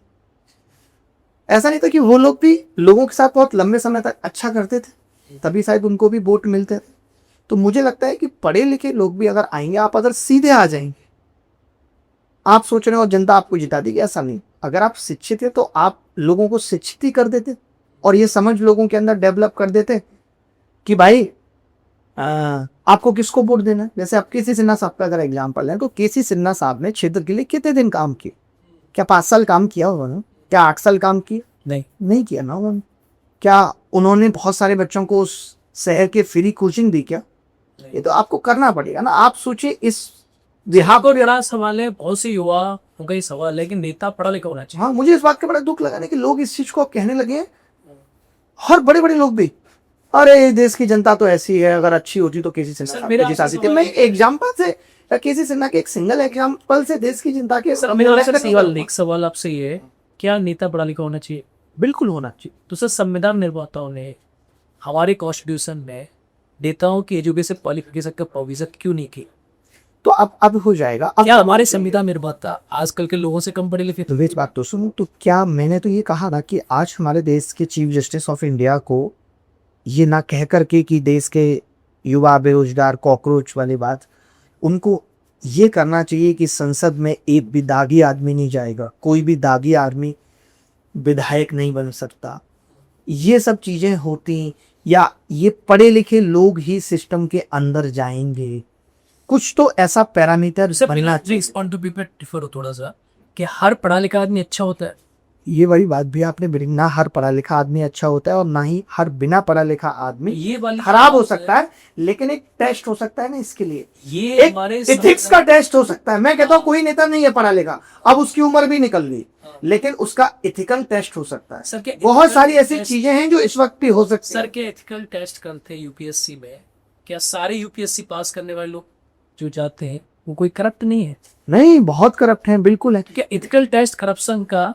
देखिए, अब आप ये कहेंगे कि करप्शन होगा, ऐसा नहीं। क्या अमेरिका में करप्शन नहीं होता है? क्या चाइना में करप्शन नहीं होता है? वहां भी करप्शन।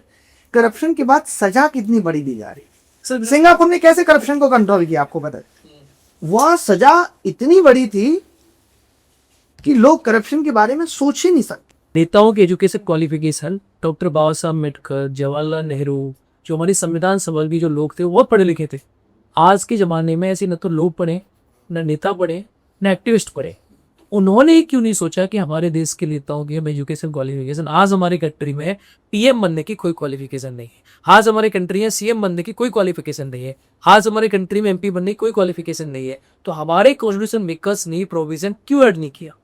और क्या इसके पीछे वो भूल गए थे या कोई लॉजिक है इसके पीछे? देखिए, संविधान में उस वक्त सारी चीजें नहीं लिखी जा सकती थी ना। उसमें तो ये भी नहीं लिखा गया कि पढ़े लिखे लोग, अनपढ़ लोग ही राजनीति में आए। सर इस पर डिबेट हुई हो संविधान सभा में? डिबेट हुई है? पता नहीं, मुझे पता नहीं, मैं आपसे पूछ रहा हूँ। तो क्या लॉजिक दिया है कि क्यों नहीं होने चाहिए पढ़े लिखे? सर देखो एक्चुअली क्या है कि नेता क्या होता है? नेता वो होता है जो किसी समाज की अच्छा सोच सके, नहीं, नेतृत्व कर सके, नेतृत्व जिसकी बात में इतना दम हो, लोग उसे सुने, सुने मानो और उसका वो आस्था- 1000, 2000, 4000, 5000, 10,000, 1 लाख लोगों को लीड कर सके। लीड कर सके। तो सर समाज में जैसे हम बात करते हैं, हमारे देश में अनुसूचित जनजाति कम्युनिटी, एसटी कम्युनिटीज है, तो वहाँ पढ़ाई लिखाई का अलग मायना है। आप चाहिए अफ्रीका में अलग मायना है पढ़े लिखने का। आप ये नहीं कह सकते कि पढ़ा लिखा आदमी लीडर होगा, और हर अच्छा लीडर पढ़ा लिखा हो जरूरी नहीं है। जरूरी दोनों अलग अलग कनेक्शन है। स्वास्थ्य मंत्री ऐसे आदमी को बना देंगे जिसका खुद का स्वास्थ्य, उसको स्वास्थ्य के बारे में, अब आप कहेंगे ये आप पर्सनल कमेंट कर रहे नहीं, हैं, नहीं, मेरा इसलिए है कि अगर मुझे ही ये नॉलेज नहीं है कि स्वास्थ्य के मायने क्या है, मैंने ही कभी खुद को ठीक रखने पे नहीं सोचा, तो मैं देश के, दुनिया के जनता के बारे में क्या सोचूं? अगर मेरा शिक्षा मंत्री अशिक्षितों जैसी बातें करेगा कि लड़कियों को घर से बाहर नहीं निकलना चाहिए, बिहार का शिक्षा मंत्री का बयान सुना होगा आपने, दिलावर साहब राजस्थान के शिक्षा मंत्री का बयान सुना होगा, शिक्षा मंत्री ही शिक्षित नहीं होगा तो कैसे वो शिक्षा पे बेहतर काम करेगा? तो अब आप कहेंगे ऐसी जगह पे, अब जैसे मोदी जी के नेतृत्व पे सवाल मैं इसलिए उठाता हूं ना कि उन्होंने अपनी कैबिनेट में किन लोगों को शामिल किया है, कि जो सिर्फ ये कहते हैं कि मोदी जी आप ब्रह्म स्वरूप हैं, आप नॉन बायोलॉजिकल हैं, सिर्फ आपकी वंदना करते हैं, अगर हर उनकी पहली लाइन ये होती है कि आपके नेतृत्व में हम ऐसा कर रहे हैं, या उनकी अपनी भी कोई जिम्मेदारी है, वो खुद भी कोई जिम्मेदारी लेते हैं? क्योंकि आपने बड़ी सही बात की। आप बताइए ना कि रेल मंत्री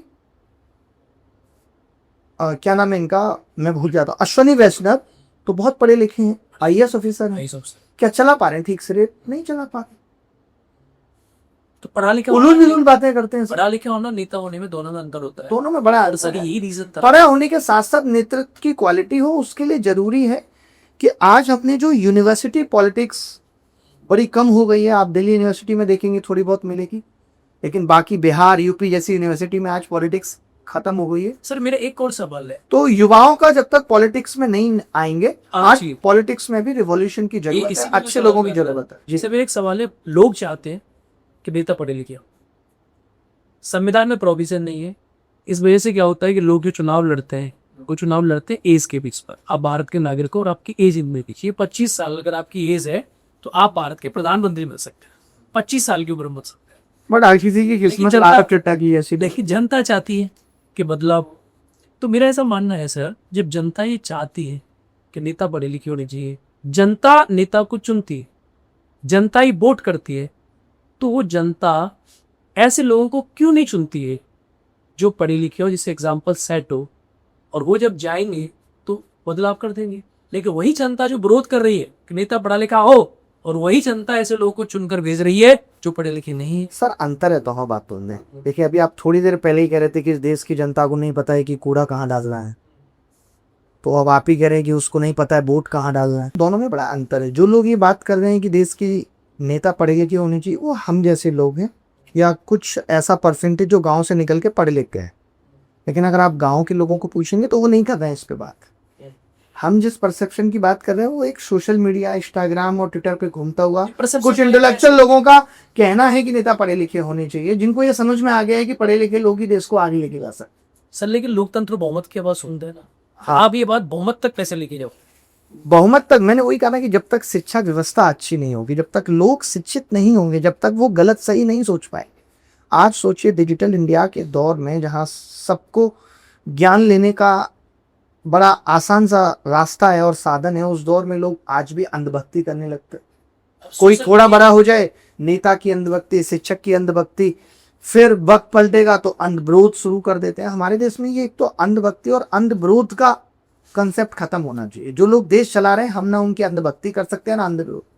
हमें मापना पड़ेगा कि क्या गलत हो रहा है और क्या सही हो रहा है। हाँ जी, सोशल मीडिया जो है ना, वो एक अच्छा मीडियम है लोगों को अवेयर करने का, लेकिन आज का सोशल मीडिया जो गलत डायरेक्शन में जाता है, गलत डायरेक्शन में जा रहा है लोगों का दिमाग। अब लोग कैसे अवेयर होंगे फिर इन सारी चीजों से? सर अभी सोशल मीडिया पे भी आ ही रहा है, जैसे भी चाइना में आ गया कि आप स्वास्थ्य को लेकर के तभी इन्फ्लुएंस कर सकते हैं जब आपको स्वास्थ्य की समझ हो, आपके पास कोई डिग्री हो। तो इस देश में भी चीजें बदलेंगी। सोशल मीडिया पे इन्फ्लुएंस तभी करना चाहिए आपको उसकी नॉलेज नॉलेज हो, वो चीज एक हमारे देश में नहीं है। यहाँ कोई भी कुछ भी कर रहा है, तो मुझे लगता है, मैं कह रहा हूँ ना कि ये महापरिवर्तन का दौर है। अभी हम और आप अगले 1 से 2 साल में बहुत कुछ परिवर्तित होते हुए देखें। सर अच्छी दिशा। एक नोटिस किया मैंने, मैं जब देखता हूँ सोशल मीडिया में, अब गवर्नमेंट के अगेंस्ट होते हैं, कोई नरेटिव ऐसा करते हैं, व्यूज ज़्यादा आते हैं उसके, जनरली लोग ये सुनते ज़्यादा है हाँ, इससे पता चल रहा है कि लोग आहत हैं और आपने उनके दुख की बात की। बात की, लेकिन जब चुनाव होते हैं परिणाम कुछ अलग आते हैं। अभी देखिए, अब जब आप खुद कह रहे हैं कि पेपर लीक पे सवाल उठ रहे हैं, ईवीएम जला दी जा रही हैं, इस चीज पे सवाल उठ रहे हैं, मंदिर से चोरी हो जा रही है, जब सरकार देश में 24 लाख बच्चों का एग्जाम ठीक से ना करवा पा रही हो, वहाँ 3-4 करोड़ लोगों का चुनाव ठीक से हो पा जाने पे संदेह है। चुनाव पर संदेह है इस बात पे कि ठीक तरीके से हो ये रहा है। आप नहीं, इसमें संदेह क्या, आप बताइए ना कि इतने सारे वोट काट दिए गए थे, सवाल उठे, पंजाब में सवाल उठे, बंगाल में इतने सारे वोट काट दिए गए थे, और ममता बनर्जी सुप्रीम कोर्ट में आई थी कि इतने सारे वोट काट दिए गए, और अभी भी आप देखेंगे तो 40% वोट उनको मिले थे और बीजेपी को 44% कुछ मिले थे, 38 लाख वोटों का ही अंतर था। तो इस तरीके से जो पॉलिटिकल पार्टी तो मानने की व्यूज है, जो पॉलिटिकल पार्टी सत्ता में उनका मानना होता है कि जो व्यूज है और जो परिणाम है व्यूज फेक होता है। सोशल मीडिया के व्यूज, मैं तो व्यूज से परिणामों को जोड़ ही नहीं रहा हूँ। मैं तो 40% और 44% के बीच का जो 38 लाख का अंतर है उस चीज पे कह रहा हूँ कि 27 लाख वोट काटे गए थे, ये आरोप था, और बाद में ये कह दिया गया कि कोई बात नहीं, अगली बार वोट डाल देना। मैं फिर भी मान लेता कि नहीं, सब कुछ निष्पक्ष हुआ होगा। उसके बाद फिर आपने उनके सांसदों को क्यों अपने आप या अपने को समर्थन करा लिया, क्यों आपने उनके विधायकों को तोड़ दिया या एक गुट बना दिया? तो ये सब चीजें पे आप शक के दायरे में हैं। देखिए, वही वाली बात है ना कि आपका कई सारे कृत्य ये दिखा रहे हैं कि आप फेयर नहीं, आप गलत कर। जैसे वो खान साहब वाली जो बात थी 200 रुपए की कोर्स वाली, वो भी इसी तरीके से थी कि उन्होंने कई बार बढ़ा चढ़ा के चीजें दिखाई हैं, वो एक एग्जाम्पल से बताया जा रहा। जैसे मुझे बताना हो अभी आपके बारे में, आपने कुछ गलत किया है, तो मैं हो सकता है आपके 2-3 पुराने एग्जाम्पल लूँ कि पहले भी इन्होंने ऐसी ये 2 बातें की थी, इस चीज को जस्टिफाई कर रही है कि इनके नेचर में है ये बढ़ा चढ़ा के बातों को बता। तो यही है सरकारों के साथ भी कि जब जहां आप पे इतने सवाल उठ रहे हैं, और सवाल उठने के बाद आप जिन नेताओं पे खुद सवाल उठा रहे हैं उनको फिर अपनी पार्टी में ला करके आप सीएम तक बना दे रहे हैं। सर खान सर के बारे में अगर बात करें तो खान सर कम पैसे में पढ़ाते हैं, पूरे देश जानता है, उनकी फीस भी बहुत कम है। खान सर का जो बैच चलता है, इंडिविजुअल बैच है, वो 200 रुपये में चलता है। तो सर क्या पढ़ाते हैं? सब्जेक्ट पढ़ाते हैं 200 रुपये में कंप्लीट को। सब्जेक्ट बीपीएससी का है, रेलवे का है, एसएससी का है, यूपीएससी का जो है। खान सर पढ़ाता है, कौन सा सब्जेक्ट पढ़ा? खान सर ये जीएस के बैच लेते हैं, नहीं जैसे ज्योग्राफी हो गया, हिस्ट्री हो गया, वो अपना 200 रुपये में पढ़ाते हैं खान सर। मैंने देखा कि 200 रुपये में वर्ल्ड मैप है, और मैंने देखा क्वालिटी है 300 रुपये में, 200 रुपये में इकोनॉमिक्स है, तो वो सब्जेक्ट थे बेसिकली। तो आप ये बोलिए कि पहले हजारों रुपए में लोग पढ़ा देते होते, वो 200 में पढ़ा रहे हैं। मेरा पॉइंट ये कहने का कि खान सर जो एजुकेशन पढ़ा रहे हैं सस्ते में पढ़ा रहे हैं, बाकी लोग भी पढ़ा रहे हैं। 2020 से पढ़ा रहे हैं, 2017 से भी लोग यूट्यूब पे भी बहुत पढ़ा रहे, बहुत लोग फ्री पढ़ा रहे थे यूट्यूब। मैं ये कहना चाहता हूँ कि जो फ्री एजुकेशन वाला जो पॉइंट है वो खान सर ही पढ़ा रहे हैं, बाकी लोग भी पढ़ा रहे हैं।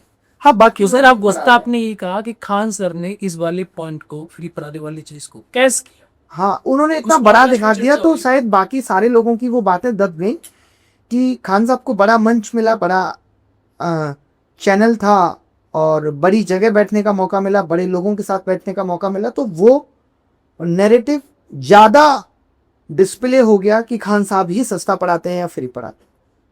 और उस चीज में लोगों की जो आपत्ति थी वो यही थी कि ऐसा नहीं है कि सिर्फ 200 में ही है, कुछ कोर्सेज 70,000 के भी हैं, कुछ कोर्सेज 50,000 के भी हैं, कोई 3 साल की वैलिडिटी वाला है। सवाल है, कुछ लोगों का ऐसा मानना है तो खान सर जो टीचर, सर ये अच्छा काम है, अगर आप सस्ता पढ़ा रहे हैं, फ्री पढ़ा रहे हैं, ये बहुत अच्छा काम है, इसमें गलत क्या है? और कुछ भी मतलब, लेकिन बस ऐसा ना हो कि ऐसा चले कि वो अकेले ही ये काम कर रहे हैं या उनकी ऐप पे सारे कोर्सेज सस्ते हैं, ये कह पाना गलत होगा। ऐसा नहीं है, उन्होंने भी बिजनेस किया, धंधा किया, वो चीज लोगों को क्या कुछ एक्सेप्ट करनी पड़ेगी। आप बताइए ना, आज ऑनलाइन के दौर में आप लोग ऑफलाइन क्यों पढ़ा रहे हैं? जरूरत नहीं है सर, आपको लगता है, लेकिन नहीं, ऑनलाइन पढ़ाने का दर्द ज्यादा है, मुश्किल है, ऑफलाइन में मजा आ रहा है, तो आप उस मजे से ऑफलाइन में दर्द ज्यादा है। ऑफलाइन में से जब पढ़ाते हैं को, मैं जब पढ़ाता हूँ ऑनलाइन अपनी बात करूँ तो उस समय जो क्लास में पढ़ाते हैं ऑफलाइन में, सर पूरे जो कपड़े ना पसीने की लत को धो चुकी। ऑनलाइन पे एसी बैठ के पढ़ाना, ऑफलाइन में जाके क्लास में पढ़ाता। हाँ, तो वही कहना चाहते हैं कि मजबूरी है, ऐसी क्या है, जिस बच्चों के हाथ से सब मेरा सवाल ये है कि मैंने ना काफी देखा, टीचरों से बात की, तो खान सर ने जो किया एजुकेशन में किया है, जो खान सर ने एजुकेशन में बहुत सारे काम किए, तो बहुत ऊपर तक चले गए।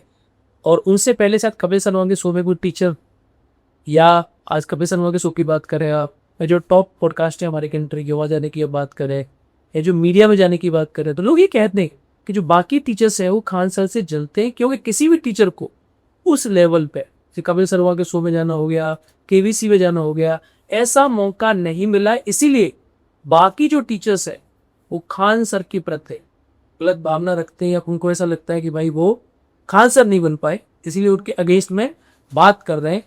आपको क्या पॉइंट ऑफ व्यू आपका इस पर? सब तो नहीं कह सकते, आप ये नहीं कह सकते कि सब लोग जलते हैं। हो सकता है कि सेम इकोसिस्टम के लोग हैं, तो हो सकता है कि कुछ लोग जलते हों, लेकिन मुझे ऐसा लगता है कि खान साहब जितने बड़े हो गए हैं, या जितना उनको इस देश ने प्यार दिया है, तो वो गैप इतना बड़ा है कि मैं नहीं मानता कि लोग जलते होंगे।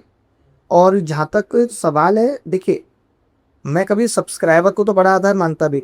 मैं आपके चैनल के माध्यम से बता दूं, सब्सक्राइबर डियर सर के भी खान साहब के बराबर ही हैं, लगभग 1-2 मिलियन का ही अंतर होगा।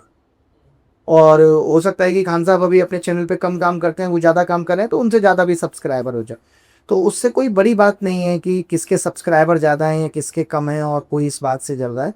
मुझे लगता है सब ने कुछ ना कुछ अलग ही किया है, कुछ ना कुछ अलग ही किया है। और बाकी ये कहना कि वो आए तो सस्ती फीस हुई, नहीं तो नहीं होती, ऐसा भी नहीं है। पहले रिसोर्सेज महंगे थे। आप बताओ, मैं अगर अनअकैडमी के टाइम की बात करूं, तो जो अनअकैडमी का अपना सेटअप था, उसमें एक क्लास चलाने की अनअकैडमी की बहुत कॉस्ट थी, बहुत कॉस्ट थी। भाई एप्पल महंगा है, उनका सॉफ्टवेयर अलग था, बहुत कॉस्ट थी।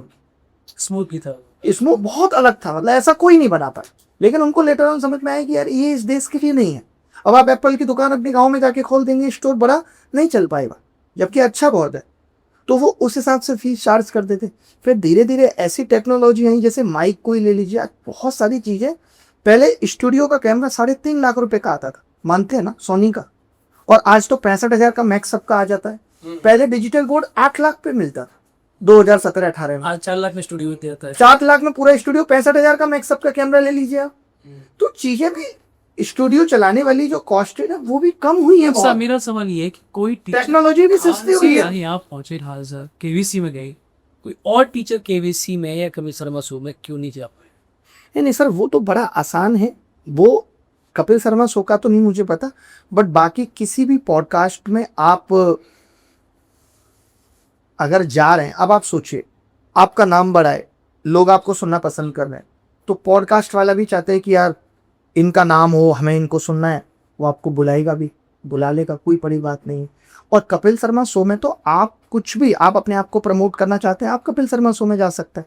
आपका नाम होना चाहिए इस स्तर का कि ये ना लगे कि कपिल शर्मा ने सिर्फ पैसे लेके आपको बिठा दिया है, तो ये बड़ा नॉर्मल है, कोई भी जा सकता है। अब ऐसा नहीं है कि विकास दीपकीर्ति सर को, अगर खान सर को नौता आया है तो विकास दीपकीर्ति सर को लोग नहीं सुनना चाहते, उनको नहीं नौता आया होगा, या वो नहीं जाना चाहते होंगे। तो इस चीज़ को मुझे लगता है गलत तरीके से दिखाया जा रहा है। जितने पॉडकास्ट पे खान सर गए, बड़े बड़े सारे टीचर उस पॉडकास्ट पे गए, उन पॉडकास्ट पे या उन शो में गए। It's not a big deal, मतलब। ओके सर, एक बात है इमोशन बेचने वाली। हाँ, इमोशन बेचे जा रहे हैं कोचिंग इंडस्ट्री में, इमोशन बेचे जा रहे हैं। तो सर इमोशन कोचिंग इंडस्ट्री में बेचना, ये अपने आप को मार्केट करना गलत क्यों? गलत क्यों? सर गलत इसीलिए है कि मैंने पहले भी ये बात कही है कि जब आप एक साबुन की मार्केटिंग करते हैं और कोई उस साबुन को खरीद लेता है, तो उसका 10 रुपये का नुकसान है, और हो सकता है अगली बार ना करेगा।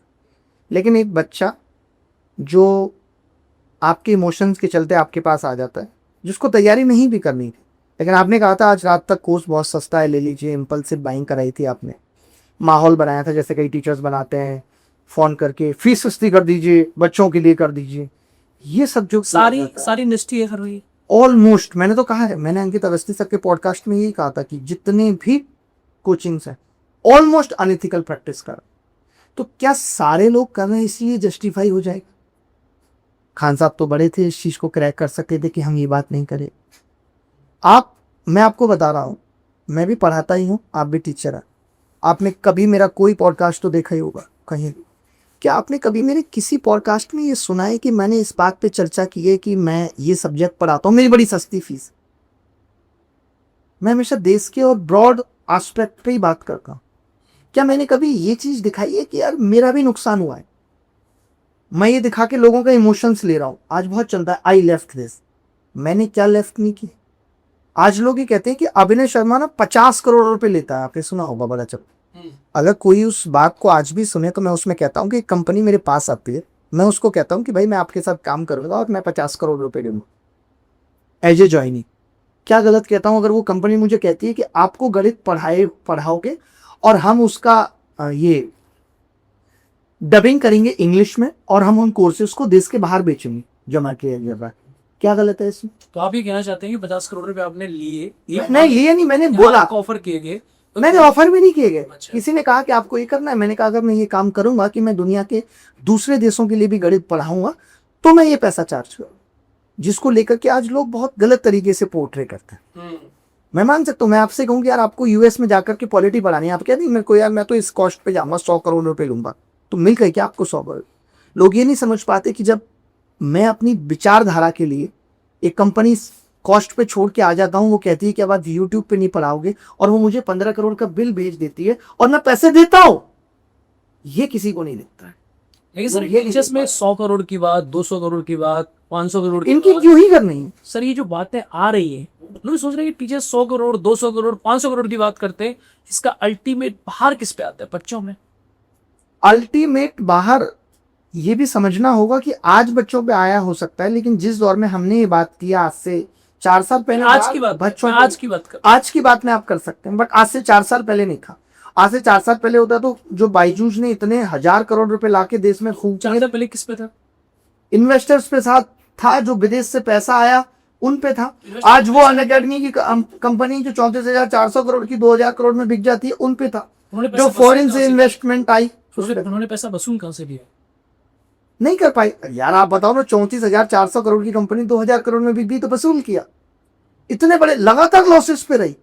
आप ये कह सकते हो कि जो कंपनी इस देश में आज प्रॉफिट में है वो बच्चों से वसूल कर रही है, लेकिन जो कंपनियों पे आरोपी है कि 3000 करोड़ का लॉस, 2000 करोड़ का लॉस, 800 करोड़ का लॉस, तो उन्होंने बच्चों से कहां वसूला?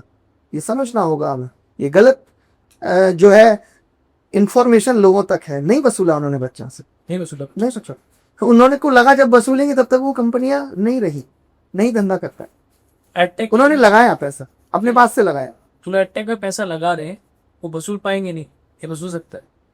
अब जो लगा रहे शायद वसूलेंगे, क्योंकि अब कोई इन्वेस्टर वाली बात तो है नहीं। बाकी जो लोग भी इन्वेस्टर्स के साथ है वो तो वसूलेंगे, उनसे ऊपर तो जिम्मेदारी है। आपसे कोचिंग सेंटर्स में पहले टीचर्स थे, आप भी टीचर थे, आप भी टीचर रहे और भी टीचर्स थे। पहले एक टीचर बेचारा पढ़ा के अपना घर चलाता था।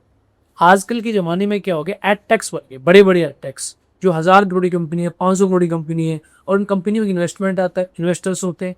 तो टीचर की ये फ्रीडम है, जो टीचर का इंडिविजुअल उसकी आइडेंटिटी थी वो सारी खत्म होती जा रही है। आज के ज़माने में टीचर भी जो है ना, वो एक बहुत बड़ा गिग बर्गर बन चुका है। टीचर्स जो है हमारी कम्युनिटी में वो सबसे ज़्यादा डिप्राइव्ड है। टीचर्स को कोई नहीं सुनता है, टीचर्स का शोषण होता है। सही बात है। और लोग पता है केवल 2, 4, 10, 5 टीचर्स यूट्यूब पे देख करके जो 100 करोड़ 50 करोड़। सर भाई प्राइवेट स्कूल के टीचर्स का शोषण हो रहा है, कोचिंग सेंटर टीचर्स शोषण हो रहा है। सर टीचर्स को और टीचर्स को खराब भी बताया जा रहा है। तो कोचिंग सेंटर्स की जो ऑनर्स है, जो माफियाज है, जिन्हें लोग मानते हैं कोचिंग सेंटर बहुत पैसा दो आ रहे हैं, एडटेक में जो रहा है, तो सर टीचर्स जो है उनके ऊपर कौन सोचेगा? टीचर्स का भला कब होगा इस देश में? सर आप तो लगातार इस पे आवाज उठाते हैं। जैसे अभी एक न्यूज आई, सम्राट चौधरी जी ने क्या किया है कि टीचर्स कोचिंग नहीं पढ़ाएंगे, अलग से पैसा के तभी। तभी हमने आवाज उठाई कि तो बहुत अच्छा फैसला है, इसका स्वागत होना चाहिए, लेकिन टीचर्स की सैलरी इतनी हो कि वो सम्मानजनक जीवन जी सके। दूसरा, आप टीचर्स से ये काम भी नहीं कराए जाएंगे जैसे यूपी में बोला गया कि भूसा इकट्ठा करना, SIR चुनाव कराने के लिए टीचर्स को काम पे लगा देना, ये काम भी टीचर नहीं करेगा। क्योंकि ये देखने में जरूर आसान लगता है कि टीचर 10 से 2 कमा रहा है, फ्री है, लेकिन 10 से 2 वो तभी बेहतर पढ़ा पाएगा जब वो घर पे जाके भी 4 घंटे की मेहनत करे। तो टीचर्स भी आज वो मेहनत या वो आउटपुट नहीं दे पा रहे, क्योंकि उनको अलग अलग काम पे लगा दिया गया है। और जब हम अपने देश के शिक्षकों के बारे में ही नहीं सोचेंगे तो फिर हम सोच रहे हैं कि एक अच्छा राष्ट्र का हम निर्माण कर लेंगे, नहीं हो पाएगा। अच्छे राष्ट्र का निर्माण अच्छे शिक्षक ही कर पाएंगे। एक टीचर को एक कंपनी 1 लाख रुपए देती है, मतलब 50,000 उसे पेमेंट देती है, उसे 10 घंटे पढ़वाती है, और वो इंस्टीट्यूट जो है, जो बड़े इन्वेस्टर्स जिनके पास है, वो करोड़ों रुपए कमा के इन्वेस्टर को देते हैं, और जो टीचर काम करता है, जो प्राइमरी रिसोर्स है, बच्चा और टीचर किसी कोचिंग सेंटर इंडस्ट्री के पिलर होता है, लेकिन टीचर और बच्चे दोनों का ही शोषण हो रहा है। और कमा कौन रहा है? इन्वेस्टर्स कमा रहे हैं। कमा कौन रहा है? मालिक कमा रहे हैं। कमा कौन रहा है? विदेश में बैठी हुई कंपनी कमा रही है, देश में आगे इन्वेस्टमेंट कर रही है और मोटा पैसा लगा के एजुकेशन में कमा के ले जा रही है।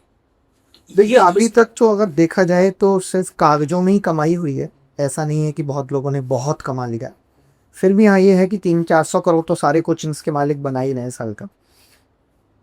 बात है कि ये लोग अगर फेक प्रमोशंस, टॉपर खरीदना, पीआर कराना, पीआर एजेंसियों को भर भर के पैसा देना, अगर ये सब छोड़ दें और ये अपने फालतू के खर्चे ना करें तो मुझे लगता है कि ये शिक्षक को भी सम्मानजनक राशि दे पाएंगे और बच्चों के साथ भी न्याय होगा और बच्चों को भी सही और गलत का कोचिंग चुनने का जो फैसला है वो बाइज्ड नहीं होगा कि वो देख रहा है एक टीचर बार बार आ रहा है, बार बार मेरी आंखों के सामने आ रहा है, उसने कोर्स ले लिया और धोखा हो गया। यही मैंने कहा आपको कि कोचिंग इंडस्ट्री में बहुत स्ट्रिक्ट रेगुलेशन की जरूरत है कि एक बच्चा गलती से कोर्स खरीद भी लेता है तो रिफंड होना जरूरी है, 7 दिन के अंदर उसको रिफंड की पॉलिसी मिलनी चाहिए। पटना में विवाद हुआ, आपने इसमें एंट्री की, मैंने जो कोई एंट्री नहीं किया, जो भी किया मैंने एंट्री, जो हुआ उसमें जो हुआ है उसकी जांच होनी चाहिए। आपने इस पर क्यों जोर नहीं दिया कि उसकी जांच होनी चाहिए, बजाय कि आप खान सर के ऊपर सवाल करें, किसी पर सवाल करें, उस मुद्दे की जांच क्यों नहीं होनी चाहिए? जांच मुद्दा बड़ा चीज है यार। जांच मेरे कहने से होगी या मैंने नहीं कहा ये कैसे पता है? और जांच क्यों नहीं होगी? हो ही रही है तभी तो 23 तारीख आज आपको पता है, आज पुलिस डायरी पहुंच गई होगी, 25 को फिर से सुनवाई है, तो जांच पुलिस भी कर ही रही है। आप क्या चाहते हैं? आपके इस मुद्दे को सीबीआई को देता है? अब सीबीआई के पास और मुद्दे नहीं बचे हैं। जांच करे। नहीं, अगर पुलिस हाथ खड़े कर देती है और पुलिस को लगता है कि कुछ ऐसी चीजें हैं जो हम नहीं कर पा रहे, हर बात पे इतनी बड़ी चीजें नहीं है कि हम सीबीआई को हर चीज के लिए दे देंगे, फिर पुलिस क्या करेगी? सब पुलिस व्यवस्था का काम क्या है? मुझे इतना बड़ा ही मुद्दा है जिसकी पुलिस जांच कर सकती है बेहतर तरीके से। तो लोग जांच पे ना फोकस करके अभी लोग दूसरी जगह फोकस कर। लोगों के फोकस करने से क्या होगा? ये हमारी एजेंसियों की खुद की जिम्मेदारी है। पुलिस को लगेगा कि अगर हम सफल नहीं हो पा रहे हैं तो अलग से कमेटी का गठन कर दिया जाएगा, कमेटी से नहीं हो पाएगा तो सीबीआई की मदद ले ली जाएगी। ऐसा लोग ना सवाल इसमें उठा रहे हैं, कोई 2 बॉडी का है, वो 200 रुपए के, कोई ये सब बड़ा गलत है। ये सब बड़ा गलत है कि किसी को भी इस तरीके से कहना। सोचिए वही लोग, जांच का होना चाहिए। अब वही हम ही लोग 2 कौड़ी का विरोध करें और हम ही लोग फिर ये 200 रुपए 300 रुपए की बात करें तो शोभा नहीं देता। आप ये मानते हैं मेरा खाली मतलब इतना ही था, मैं अगर अपना पक्ष अभी भी रखूं तो मेरा इतना ही था कि खान साहब से इस तरीके की गलतियां पहले भी होती रही हैं। सर, और फीस वाले मुद्दों को आप ये मानते हैं कोई टीचर 2 कौड़ी या 200 रुपए या 2 लाख रुपए का नहीं होता? नहीं, शिक्षक है और उसका सम्मान होना चाहिए। और अगर जो भी गलती करे इस देश में संविधान कानून से ऊपर कोई नहीं, न्याय सबको मिलना चाहिए, दोनों को मिलना चाहिए। बिल्कुल, जिसकी जो गलती है उसको मिलना चाहिए। और मैंने पहले भी कहा, अभी भी कह रहा हूँ कि इन सब चीजों के लिए लोगों ने उनको जिम्मेदार ठहराया है, ना कि ये कहा है कि उन्होंने ऐसा कर दी। और ये बात कॉमन है और एक छोटा बच्चा भी इस बात को कह सकता है कि हाँ इन सब चीजों के लिए जिम्मेदार है। खान साहब बड़े थे, मैंने पहले भी कहा है, जब एक मर्सिडीज और साइकिल की टक्कर होती है तो जिम्मेदारी मर्सिडीज की बड़ी होती है कि किस तरीके से साइकिल सवार को हॉस्पिटल तक पहुंचाना भी और उसका खर्चा भी भुगतना है और आगे बढ़ के उसको अगर उनकी वजह से कोई दर्द पहुंचा है तो उसको निकालना है। सर, आप किसी इंस्टीट्यूट से जुड़े हुए, मैं किसी से जुड़ा हुआ हूँ, आपने जो अपनी राय रखी, लोगों ने कहा कि आपने जो अपनी बातें रखी वो कहीं से आप जुड़े, इसलिए आपने ऐसी बातें रखी। मैं कहीं से जुड़ा हुआ हूँ, लेकिन हमारा जो कन्वर्सेशन है मुझे लगता है हमें से सर, हमारे बारे में पहले भी कहा गया है कि हम वो तलवार हैं जो किसी के मयान में नहीं लेती और मेरी विचारधारा अपनी है।